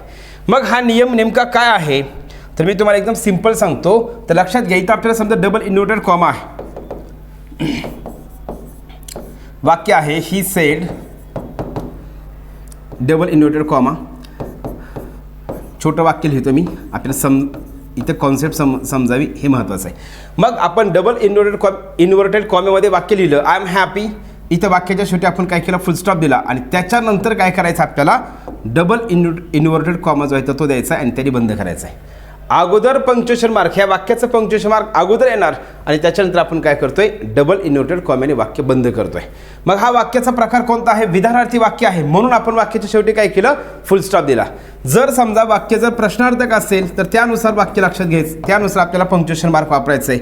मग असं आहे, what are you doing, what are you doing. मग हे काय आहे बघा, व्हॉट आर यू डुईंग हा प्रश्न आहे, म्हणजे प्रश्नार्थक वाक्य आहे. आणि प्रश्नार्थक वाक्य असल्यामुळं मग मला अगोदर काय करायचं आहे, इथं क्वेश्चन मार्क द्यायचा आहे आणि त्याच्यानंतर काय करायचं आहे, डबल इन्व्हर्टेड कॉमा जो आहे तो नंतर द्यायचा आहे. म्हणजे डबल इन्व्हर्टेड कॉमा अगोदर आणि पंक्च्युएशन मार्क नंतर असं करायचं नाही. तर या वाक्याचं पंक्च्युएशन मार्क जे आहे तर ते काय करायचं, अगोदर द्यायचं आहे. त्याच्यानंतर नेक्स्ट आहे बघा, she said, she said please help me, please help me. आता हे वाक्य कोणतं आहे, हे वाक्य आज्ञार्थी वाक्य आहे, हे वाक्य इम्पेरेटिव्ह सेंटेन्स आहे. आणि आपल्या सर्वांना माहित आहे, आज्ञार्थी वाक्याच्या शेवटी सुद्धा आपण काय करतो, फुल स्टॉप देतोय. मग अगोदर मी फुल स्टॉप दिला आणि त्याच्यानंतर मग काय करतोय, पंक्च्युएशन मार्क आपलं डबल इन्व्हर्टेड कॉमाने हे वाक्य काय करायचं, आपल्याला बंद करायचं आहे. तर अशा पद्धतीने लक्षात ठेवायचं आहे. आणि आणखी, रवीना सेड, लक्षात घ्या, रवीना सेड, इथं स्वल्पविराम दिला, Raveena sed what a nice flower it, what a nice flower it is. इथं काय केलं आपण, एक्सक्लेमेशन मार्क दिलेला आहे, एक्सक्लेमेशन मार्क दिलं आणि त्याच्यानंतर आपल्याला काय करायचं आहे, डबल इन्व्हर्टेड कॉमा द्यायचा आहे. तर या पद्धतीने मित्रांनो आपल्याला काय करायचं, त्याच्या प्रकारानुसार पंक्च्युएशन मार्क वापरायचा आहे आणि नंतर काय करायचं आहे, मग हे डबल इन्व्हर्टेड कॉमाने वाक्य काय करायचं आहे, बंद करायचं आहे. अशा पद्धतीने आपल्याला काय करायचं, हे पंक्च्युएशन मार्क संदर्भातले जे डायरेक्ट स्पीचचं वाक्य लिहिण्याचे नियम आहेत तर ते नियमसुद्धा लक्षात ठेवायचे आहेत. कारण मी सुरुवातीलाच तुम्हाला सांगितलं, आपल्याला या डायरेक्ट स्पीचचं वाक्य जे आहे तर हे परीक्षेमध्ये काय केले जातात, या टॉपिकसाठी पण विचारले जातात. म्हणजे स्पीच, डायरेक्ट स्पीचच्या वाक्याचं इनडायरेक्ट स्पीच करा असंही सांगतात. आणि दुसरा नियम असतोय तर तो म्हणजे दुसरा प्रश्न आपल्याला विचारला जातो पंक्च्युएशन मार्क संदर्भातला. आणि म्हणून आपल्याला काय करायचं आहे, पंक्च्युएशन मार्क संदर्भातले हे जे रूल्स आहेत ते सुद्धा आपल्याला व्यवस्थित लक्षात ठेवायचे आहेत. क्लिअर आहे सगळ्यांचं? चलो बघा, आता मग या ठिकाणी हे झालं आपले 5 नियम. परीक्षेमध्ये लक्षात घ्या, डायरेक्ट स्पीचचं वाक्य लिहिण्यासंदर्भातले 5ही नियम अत्यंत महत्त्वाचे आहेत. नेक्स्ट आपल्याला पुढं पाहायचं आहे आता याच्यामध्ये. तर हे झालं डायरेक्ट स्पीचचं वाक्य जे आहे तर डायरेक्ट स्पीचचं वाक्य लिहिण्यासंदर्भातले नियम. आता डायरेक्ट स्पीचचे वाक्य लिहित असताना डायरेक्ट स्पीचचं वाक्य जे आहे तर आपण हे तीन प्रकारे लिहितोय. डायरेक्ट स्पीचचं वाक्य किती प्रकारे लिहिलं जात आहे, तर डायरेक्ट स्पीचचं वाक्य हे तीन प्रकारे लिहिलं जात आहे. कारण आपल्याला जनरली फक्त आणि फक्त काय अशाच प्रकारे लिहिण्याची पद्धत माहीत आहे, परंतु आपण डायरेक्ट स्पीचचं वाक्य हे आपण तीन प्रकारे लिहू शकतोय. मग इथं आपण काय केलं आहे, जे रिपोर्टिंग व्हर्ब आहे तर ते काय केले, स्पीकरच्या नंतर वापरलेलं आहे. ही एक प्रकार झाला. दुसरा प्रकार काय असतोय, रिपोर्टिंग व्हर्ब आपण काय करतोय, ह्या रिपोर्टेड स्पीचच्या नंतर पण आपण लिहू शकतोय. आणि तिसरा प्रकार आहे रिपोर्टिंग व्हर्ब आपण वाक्याच्या मध्येही लिहू शकतोय. तर मित्रांनो, मग आपल्याला हे जे 5 नियम आहेत तर हे 5 नियम आपल्याला लक्षात ठेवायचे आहेत. डायरेक्ट स्पीचचं वाक्य लिहित असताना आपण या 5 नियमांचा विचार करणं गरजेचं आहे. ठीक आहे. तर बघा, लक्षात घ्या. मग मी आता ज्या पद्धतीने सांगितलं की आपण डायरेक्ट स्पीचचं वाक्य जे आहे तर डायरेक्ट स्पीचचं वाक्य तीन प्रकारे आपण लिहू शकतोय. डायरेक्ट स्पीचचं वाक्य हे तीन प्रकारे लिहिलं जात आहे. तर त्याच्यामध्ये पहिला प्रकार आहे म्हणजेच काय, आपण रिपोर्टिंग व्हर्ब जे आहे तर रिपोर्टिंग व्हर्ब सुरुवातीला घेऊन आपण काय करतोय, डायरेक्ट स्पीच लिहू शकतोय. जसं की रवी सेड, अशा पद्धतीने आपण काय करतोय, पहिल्या प्रकारे आपण लिहितोय, म्हणजे जे कॉमन पद्धत आहे. त्याच्यानंतर रिपोर्टेड स्पीच आपण पुढे घेतोय. ठीक आहे. त्याच्यानंतर नेक्स्ट आपल्याला दुसरा प्रकार जो आहे तर दुसरा प्रकार कसा आहे, अगोदर रिपोर्टेड स्पीच, म्हणजे अगोदर जे बोललेलं आहे तर ते आपण अगोदर घेतोय आणि त्याच्यानंतर काय करायचं आहे, जे आहे तर स्पीकर आणि रिपोर्टिंग व्हर्ब नंतर. म्हणजे सुरुवातीला रिपोर्टिंग व्हर्ब, शेवटी रिपोर्टिंग व्हर्ब, म्हणजे स्पीकरच्या नंतर रिपोर्टिंग व्हर्ब आपण काय करतोय, रिपोर्टेड स्पीचच्या नंतर रिपोर्टिंग व्हर्ब पण वापरू शकतोय. म्हणजे या पद्धतीने बघा, अगोदर रिपोर्टेड स्पीच आणि त्याच्यानंतर स्पीकर आणि लिस्नर. हा झाला दुसरा प्रकार. आणि तिसरा प्रकार जो आहे तर तिसरा प्रकार पण महत्त्वाचा आहे, म्हणजेच आपण रिपोर्टिंग व्हर्ब जे आहे तर रिपोर्टिंग व्हर्ब मध्ये सुद्धा वापरून काय करतोय, जे डायरेक्ट स्पीचचं वाक्य लिहू शकतोय.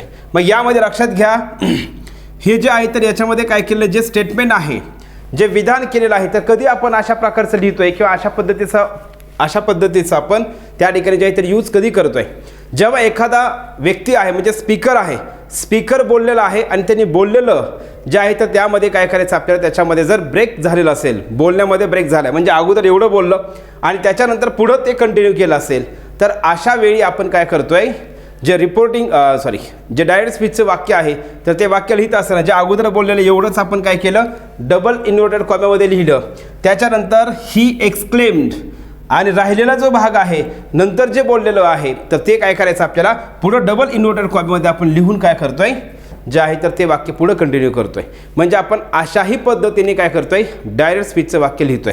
म्हणजे पहिला प्रकार आहे स्पीकर आणि त्याच्यानंतर रिपोर्टिंग व्हर्ब, म्हणजे रिपोर्टेड स्पीच नंतर. दुसऱ्या प्रकारामध्ये काय करतोय, अगोदर रिपोर्टेड स्पीच, म्हणजे जे बोललेलं आहे तर ते आपण अगोदर घेतलं आणि त्याच्यानंतर स्पीकर आणि रिपोर्टिंग व्हर्ब. आणि तिसरा प्रकार आहे तो म्हणजेच काय, या ठिकाणी अशा पद्धतीने लक्षात घ्यायचं आहे, म्हणजे जे बोललेलं आहे, एखादा व्यक्ती बोलला आहे आणि ते बोललेलं जर काय केलं असेल, ब्रेक झाला असेल, तर त्यावेळी आपण काय करतोय, सुरुवातीचा म्हणजे जे बोललेलं आहे तर तेवढा भाग आपण डबल इन्व्हर्टेड कॉम्यामध्ये घ्यायचा आहे. त्याच्यानंतर इथं स्वल्पविराम द्यायचा आहे, हे खूप महत्त्वाचं आहे, इथं स्वल्पविराम द्यायचा आहे. त्याच्यानंतर ही एक्सक्लेमच्या नंतर इथं पुन्हा स्वल्पविराम द्यायचा आहे. पुन्हा नंतर पुढचं जे वाक्य आहे, जे बोललेलं विधान आहे तर ते विधान काय करायचं आपल्याला, डबल इन्व्हर्टेड कॉम्यामध्येच लिहायचं आहे. आणि वाक्याच्या शेवटी वाक्याच्या प्रकारानुसार पुन्हा काय करायचं आपल्याला, पंक्च्युएशन मार्क द्यायचं आहे.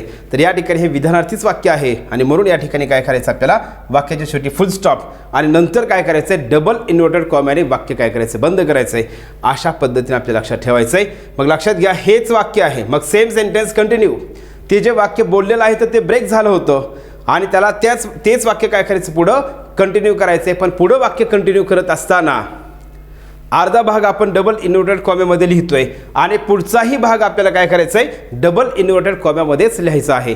तर आपण अशा पद्धतीने काय करतोय, या तीन प्रकारे जे आहे तर डायरेक्ट स्पीचचं वाक्य जे आहे तर डायरेक्ट स्पीचचं वाक्य आपण लिहू शकतोय. क्लिअर आहे सगळ्यांचं? तर हे झालं आपलं डायरेक्ट स्पीच संदर्भातलं. मग आपल्याला आता इनडायरेक्ट स्पीच जे आहे तर इनडायरेक्ट स्पीचचं वाक्यसुद्धा कशा पद्धतीने आपण लिहिलं पाहिजे हे सुद्धा आपल्याला या ठिकाणी माहीत असणं गरजेचं आहे. मग मित्रांनो, आपण हे लिहिण्याच्या पद्धती का समजून घेत आहोत, कारण पंक्च्युएशन मार्कचा जर प्रश्न आपल्याला विचारला तर त्याचं उत्तर आलं पाहिजे. आणि आत्ताचं आपण जे वाक्य पाहिलं, हे वाक्य पाहिलं तर हे वाक्य आपल्याला आयोगाने परीक्षेमध्ये विचारलेलं वाक्य आहे आणि म्हणून तुम्हाला माहीत असलं पाहिजे की नेमकं अशा पद्धतीने पण आपण लिहू शकतोय का, आणि जर लिहू शकतोय तर त्यावेळेस आपण पंक्च्युएशन मार्क संदर्भातली कोणकोणती काळजी घेतली पाहिजे. तर पुन्हा मी एकदा सांगेल, जे वाक्य बोललेलं आहे, स्टेटमेंट आहे, विधान आहे, तर ते काय करायचं, डबल इन्व्हर्टेड कॉम्यामध्ये लिहायचं आहे. त्याच्यानंतर इथं काय करायचं, फुल स्टॉप द्यायचं नाही, तर इथं स्वल्पविराम द्यायचा आहे. त्याच्यानंतर जो बोलणार आहे तर तो ही एक्सक्लेम असेल तर हे लिहिलं आपण, म्हणजे स्पीकर आणि रिपोर्टिंग व्हर्ब घेतलं. त्याच्यानंतर आपण इथं काय करतोय, स्वल्पविराम देतोय.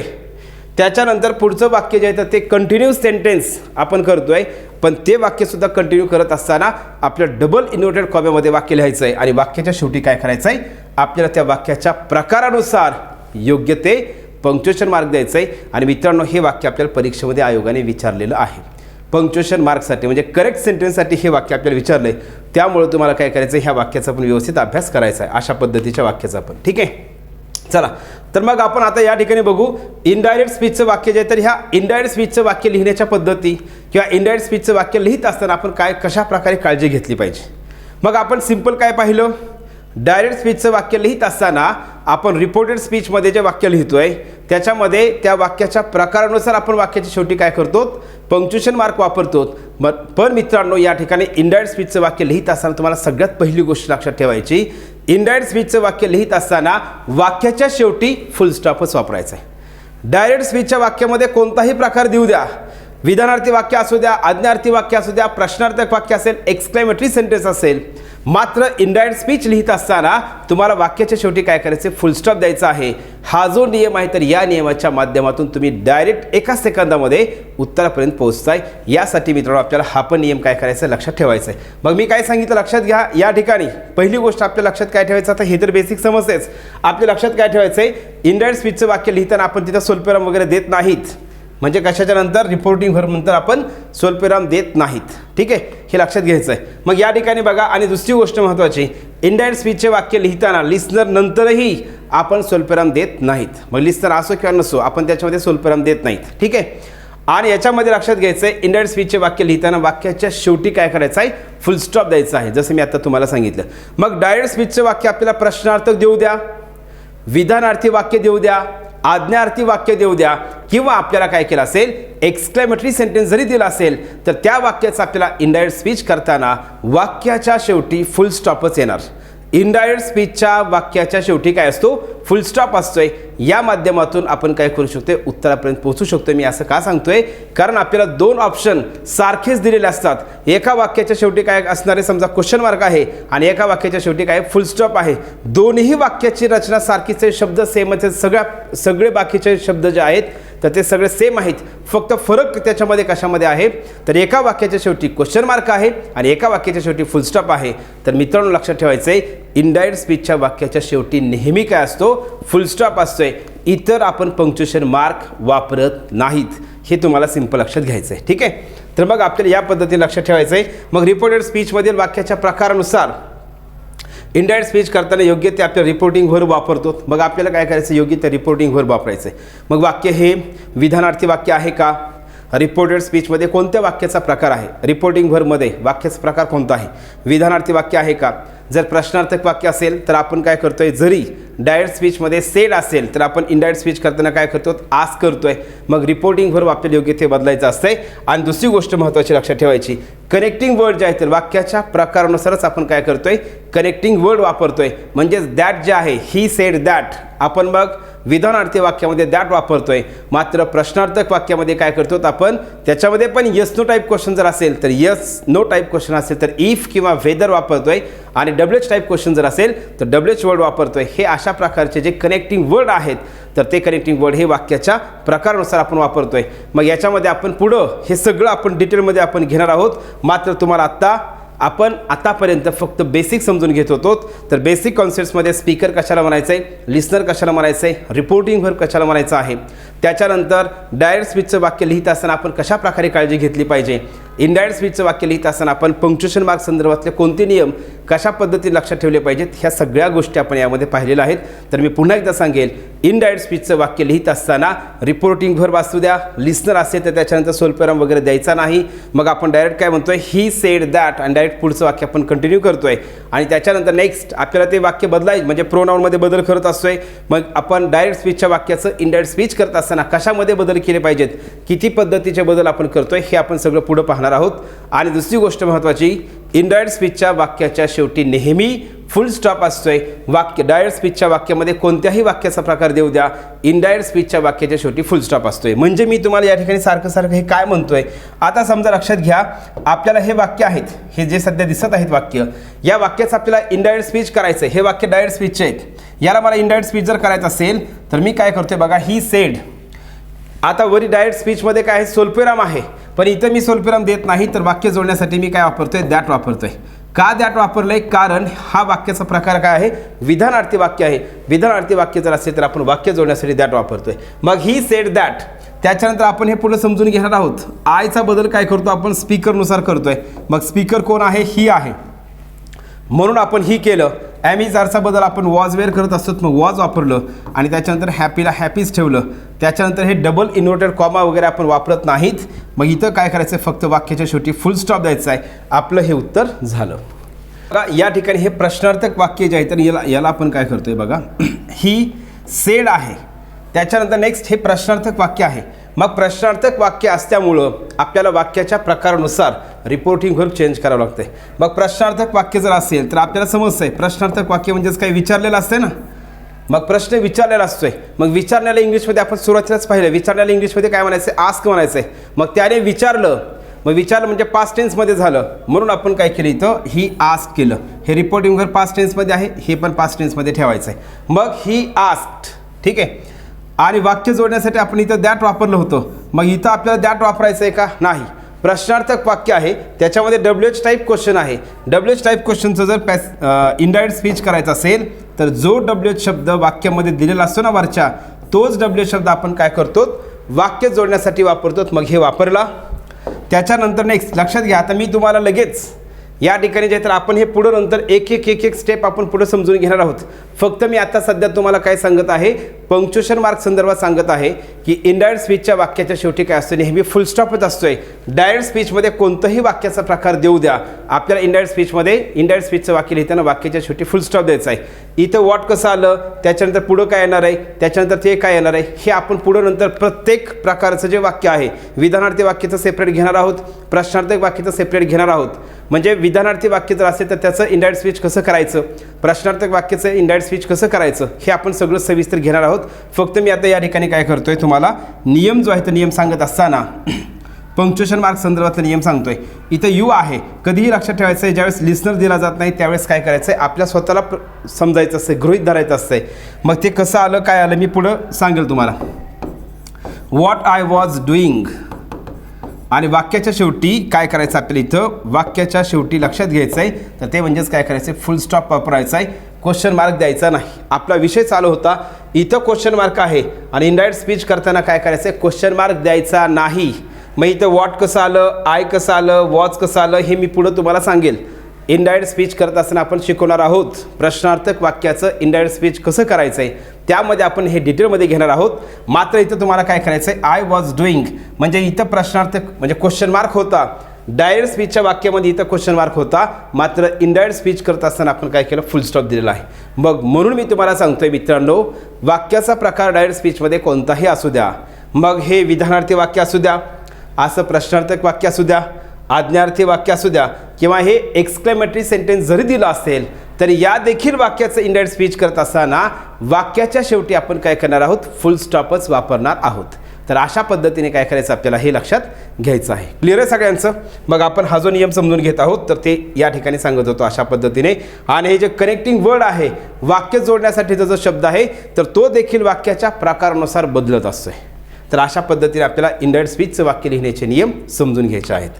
तर मित्रांनो, आपण डायरेक्ट स्पीच आणि इनडायरेक्ट स्पीच हा जो टॉपिक शिकत आहोत, यामध्ये आपण डायरेक्ट स्पीच संदर्भातल्या ज्या बेसिक कॉन्सेप्ट्स आहेत आपण त्या पाहिल्या.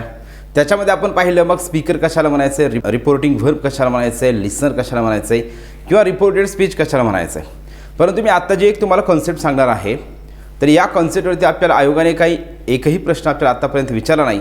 परंतु मित्रांनो, आपल्याला ही सुद्धा कॉन्सेप्ट माहीत असणं गरजेचं आहे. कारण जे MPSC जे आहे ते MPSC सध्या जर तुम्ही लेटेस्ट क्वेश्चन पेपरचा पॅटर्न जर पाहिला तर MPSC काय करत आहे, 1 ते 2 प्रश्न जे आहेत तर एकदम ओल्ड इंग्लिशच्या कॉन्सेप्टवरती विचारत आहे. यासाठी आपण काय करतोय, डायरेक्ट स्पीच जे आहे तर या डायरेक्ट स्पीच संदर्भात आणखी एक कॉन्सेप्ट महत्त्वाची आहे. तर आपण ही कॉन्सेप्ट फक्त काय करायची या ठिकाणी समजून घ्यायची आहे. तर बघा, यामध्ये आपल्याला परीक्षेमध्ये आयोगाने आतापर्यंत अशा प्रकारचा प्रश्न विचारला नाही, तरी देखील आपल्याला या ठिकाणी जे आहे तर हे जे आहे तर याच्यामध्ये कॉन्सेप्ट्स माहीत असणं गरजेचं आहे किंवा ही संकल्पना माहीत असणं गरजेचं आहे.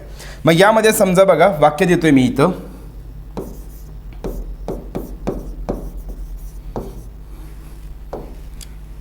Ajay said to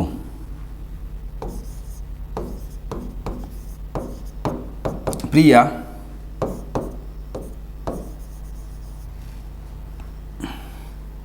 I am reading a book. Okay, तर या ठिकाणी हे लक्षात घ्या, हे वाक्य आहे. डायरेक्ट स्पीच जे आहे तर या डायरेक्ट स्पीचचे दोन भाग पडतात.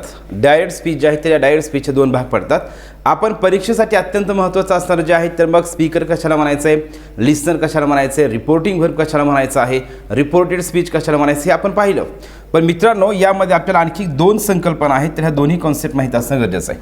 बघा डायरेक्ट स्पीचचं हे वाक्य कशाचं आहे, डायरेक्ट स्पीचचं वाक्य आहे. या डायरेक्ट स्पीचचं वाक्य जे आहे तर ह्या डायरेक्ट स्पीचच्या वाक्याचे दोन भाग पडतात. किती भाग पडतात, दोन. मग यामध्ये लक्षात घ्या, आपण हे पाहिलं आहे कोणतं, हे अजय असेल किंवा प्रिया असेल, याला काय म्हणायचं आहे. ठीक आहे, हा जो भाग आहे, ठीक आहे, हा जो भाग आहे हा एक भाग आहे आणि त्याच्यानंतर हा दुसरा भाग आहे. तर या ठिकाणी लक्षात घ्यायचं आहे, जे डायरेक्ट स्पीचचं वाक्य असतं तर या डायरेक्ट स्पीचच्या वाक्याचे दोन भाग पडतात. किती भाग पडतात, दोन भाग पडतात. आणि मग आपल्याला इथं सिंपल समजून घ्यायचं आहे, यामध्ये हा जो भाग असतो, पहिला जो भाग आहे हा Ajay said to Priya, Ajay said to Priya म्हणजेच आपल्याला जर वाक्यामध्ये लिस्नर दिला असेल तर लिस्नरपर्यंत, अन्यथा जर फक्त स्पीकर आणि रिपोर्टिंग व्हर्ब जर दिला असेल तर तिथपर्यंत हा जो भाग असतो तर याला काय म्हणायचं लक्षात घ्यायचं आहे, याला म्हणतात रिपोर्टिंग स्पीच. बघा याला काय म्हणतात, रिपोर्टिंग स्पीच म्हणतात, किंवा याला आणखी एक दुसरं नाव आहे आणि ते म्हणजेच काय, इंट्रोड्युसिंग स्पीच. याला आपण काय म्हणतोय, इंट्रोड्युसिंग स्पीच. म्हणजे आपल्याला आयोगाने आतापर्यंत असा प्रश्न विचारला नाही रिपोर्टिंग स्पीच कोणतं आणि इंट्रोड्युसिंग स्पीच कोणतं, परंतु मित्रांनो आपल्याला हा टॉपिक समजून घेत असताना या कॉन्सेप्ट्स माहीत असणं गरजेचं आहे. ठीक आहे, हा जो भाग आहे याला काय म्हणतो आपण, रिपोर्टिंग स्पीच म्हणतोय किंवा इंट्रोड्युसिंग स्पीच म्हणतोय. मात्र हा जो भाग आहे हा डबल इन्व्हर्टेड कॉम्यामधला जो पार्ट आहे याला आपण म्हणतोय रिपोर्टेड स्पीच. काय म्हणतो आपण याला, रिपोर्टेड स्पीच. याला आपण म्हणतोय रिपोर्टेड स्पीच. ठीक आहे, तर मग आपल्या लक्षात घ्या, हा टॉपिक समजून घेण्यासाठी आपल्याला हे महत्त्वाचं आहे, रिपोर्टेड स्पीच महत्त्वाचं आहे, स्पीकर काय असतोय, रिपोर्टिंग व्हर्ब काय असेल, लिस्नर काय असतं हे समजणं गरजेचं आहे. पण या ठिकाणी आपल्याला अगोदर हा जो हे जे डायरेक्ट स्पीचचं वाक्य आहे तर या डायरेक्ट स्पीचच्या वाक्याचे दोन भाग पडतात हे पण माहीत असणं गरजेचं आहे. याच्यामध्ये हे आहे रिपोर्टिंग स्पीच किंवा इंट्रोड्युसिंग स्पीच आणि या ठिकाणी हे आहे रिपोर्टेड स्पीच. असे डायरेक्ट स्पीचच्या वाक्याचे दोन भाग पडतात. क्लिअर आहे सगळ्यांचं. चला आता यामध्ये आपण जे पाहिलेलं आहे तर हे सगळं ऑलरेडी आपण घेतलेलं आहे. कोणतं पाहिलेलं आहे आपण, या वाक्यामध्ये बघा हे जे वाक्य आहे तर या वाक्यामध्ये अजय सेड टू प्रिया. ठीक आहे, अजय सेड टू प्रिया हा जो भाग आहे लक्षात घ्या, अजय सेड टू प्रिया हे जे आहे तर याला लक्षात घ्यायचं आपल्याला. काय म्हणायचं याला, तर याला सिंपल आपल्या लक्षात घ्यायचं आहे, हा जो आहे तर हा रिपोर्टिंग स्पीच झालं, परंतु याच्यामध्ये जे आहे तर ह्याला आपण अजयला काय म्हणतोय, स्पीकर म्हणतोय. याला काय म्हणतोय आपण, स्पीकर म्हणतोय आणि याला आपण म्हणतोय लिस्नर. आणि ही जे आहे तर हे झालं रिपोर्टिंग व्हर्ब. जे व्हर्ब काय करते, रिपोर्ट करतंय त्याला आपण म्हणतोय रिपोर्टिंग व्हर्ब. ओके, हे क्लिअर आहे सगळ्यांचं. मग याच्यामध्ये आपल्याला सिंपल ग्रामरचा जर विचार केला आपण, ग्रामरचे कॉन्सेप्ट आपण सब्जेक्ट पाहिले, ऑब्जेक्ट पाहिलेला आहे, तर तसा जर विचार आपण केला तर तुमच्या लक्षात सहज येईल. हा जो अजय आहे तर अजय काय आहे, या क्रियापदाचं सब्जेक्टचं काम करतोय, म्हणजेच हा काय झाला, subject of the reporting verb. Ajay काय झाला, subject of the reporting verb. आणि प्रिया जी आहे तर प्रिया काय झाली, object of the reporting verb. म्हणजे आपण ग्रामरचं जरी आपलं सब्जेक्ट कशाला म्हणायचं, ऑब्जेक्ट कशाला म्हणायचं आपण जे शिकलेलो आहोत बेसिकमध्ये, तर त्याच्या माध्यमातून सुद्धा आपल्याला समजतंय. याला आपण म्हणतोय subject of the reporting verb. का म्हणायचं आहे रिपोर्टिंग व्हर्ब, कारण हे वाक्य जे आहे तर हे या वाक्यामध्ये सेड जे आहे तर हे सेड काय करते, रिपोर्टिंग म्हणजे रिपोर्ट करण्याचं काम करत आहे, म्हणून याला आपण म्हणतोय रिपोर्टिंग व्हर्ब. सेड टू या रिपोर्टिंग व्हर्बच्या सब्जेक्टचं काम करत आहे अजय, आणि सेड टू या रिपोर्टिंग व्हर्बच्या ऑब्जेक्टचं कार्य करत आहे, काम कोण करत आहे तर प्रिया करते. तर मित्रांनो आपल्याला या ठिकाणी काय करायचं, तुम्ही याला खूप कॉम्प्लिकेटेड समजू नका, खूप थिअरॉटिकल समजू नका, फक्त एक संकल्पना माहीत असायला पाहिजे यासाठी सांगितलं. मी सुरुवातीला तुम्हाला सांगितलं होतं की खरं पाहता आपल्याला आतापर्यंत MPSCने हे रिपोर्टिंग स्पीच काय असते आणि रिपोर्टेड स्पीच काय असते हे असा प्रश्न विचारलेला नाही, परंतु भविष्यामध्ये जर कदाचित विचारला, कारण तुम्ही पाहिलं असेल 2021 राज्यसेवेचा पेपर बघा, त्याच्यानंतर त्याच वर्षामध्ये झालेले जे पेपर आहेत त्या पेपरमध्ये आपल्याला काय केलं, परीक्षेमध्ये प्रश्न विचारत असताना MPSCने जे आहे तर काय केलं, सब्जेक्ट ॲट्रिब्यूट कशाला म्हणायचं आहे, स्पोका या कॉन्सेप्टबद्दल प्रश्न आपल्याला विचारला आहे 2021च्या कंबाईंड ग्रुप सीच्या पेपरमध्ये. मग ही स्पोका काय आहे, सब्जेक्ट ॲट्रिब्यूट काय आहे, त्याच्यानंतर 2020च्या राज्यसेवेच्या पेपरमध्ये आपल्याला नोशनल कॉन्कॉर्ड याच्यावरती देखील प्रश्न विचारला आहे. आणि म्हणून आपल्याला काय माहीत असणं गरजेचं आहे, रिपोर्टिंग स्पीच कशाला म्हणायचं आहे आणि रिपोर्टेड स्पीच कशाला म्हणायचं आहे हे आपल्याला या ठिकाणी माहीत असणं गरजेचं आहे. क्लिअर आहे सगळ्यांचं. तर हे झालं आपलं बेसिक डायरेक्ट स्पीचच्या वाक्याचे 2 भाग. तर आपल्याला मित्रांनो लक्षात घ्यायचं आहे, मग आपण जे या ठिकाणी हा जो टॉपिक आपण समजून घेणार आहोत, याच्यामध्ये आपल्याला हा टॉपिक पूर्ण समजून घेण्यासाठी डिरेक्ट स्पीचच्या वाक्याचं इनडिरेक्ट स्पीच कशा पद्धतीने करायचं आहे यासाठी तुम्हाला स्पीकर येणं माहीत असणं गरजेचं आहे, लिस्टर माहीत असणं गरजेचं आहे, रिपोर्टिंग व्हर्ब माहीत असणं गरजेचं आहे, आणि हे रिपोर्टेड स्पीच जे आहे ते रिपोर्टेड स्पीचसुद्धा आपल्याला समजणं गरजेचं आहे. फक्त तुम्हाला एक माहिती व्हावं यासाठी मी तुम्हाला हे संकल्पना सांगितलेली आहे. रिपोर्टिंग स्पीच कशाला म्हणायचं आहे आणि रिपोर्टेड स्पीच कशाला म्हणायचं आहे हे आपल्याला माहीत असावं यासाठी, ठीक आहे. किंवा भविष्यामध्ये जर MPSCने आपल्याला याच्यावरती देखील प्रश्न विचारले, एक वाक्य दिलेलं आहे, त्या वाक्यामध्ये काही अशा प्रकारचं आपल्याला काय केलं आहे, त्याच्यामध्ये 2 भाग असतील किंवा त्याच्यामध्ये काही पार्टला अंडरलाईन केलेलं आहे आणि वाक्याच्या काही भागाला अंडरलाईन केलेला आहे आणि प्रश्न विचारलेला आहे, अंडरलाईन केलेला भाग जो आहे तर त्याला काय म्हणायचं आहे. मग त्यांनी काय केलं, ऑप्शनमध्ये रिपोर्टिंग व्हर्ब रिपोर्टेड स्पीच दिलेला आहे, रिपोर्टेड स्पीच आहे किंवा रिपोर्टिंग स्पीच आहे. मग आपल्याला अशा वेळी मित्रांनो आपल्याला माहीत असणं गरजेचं आहे की नेमकं कशाला काय म्हणायचं आहे ते. क्लिअर आहे सगळ्यांचं, ठीक आहे. तर मग आपण आता लगेच आपण स्टार्ट काय करतोय, मग यामध्ये जे डायरेक्ट स्पीचचं वाक्य जे असते तर त्याला इनडायरेक्ट स्पीच करत असताना आपल्याला कशा प्रकारचे चेंजेस आपल्या लक्षात ठेवणं गरजेचं आहे, कोणकोणते चेंजेस महत्त्वाचे आहेत, कोणत्या चेंजेस आपल्याला या ठिकाणी जे तर अत्यंत महत्त्वाचे असणार आहेत किंवा अत्यंत आवश्यक आहेत. तर हे आपण सगळे चेंजेस आपण या ठिकाणी समजून व्यवस्थित घेणार आहोत आणि याच्या माध्यमातून आपण काय करतोय, हा जो टॉपिक आहे तर हा टॉपिक आपण एकदम सिंपल पद्धतीने आपण क्लिअर करणार आहोत.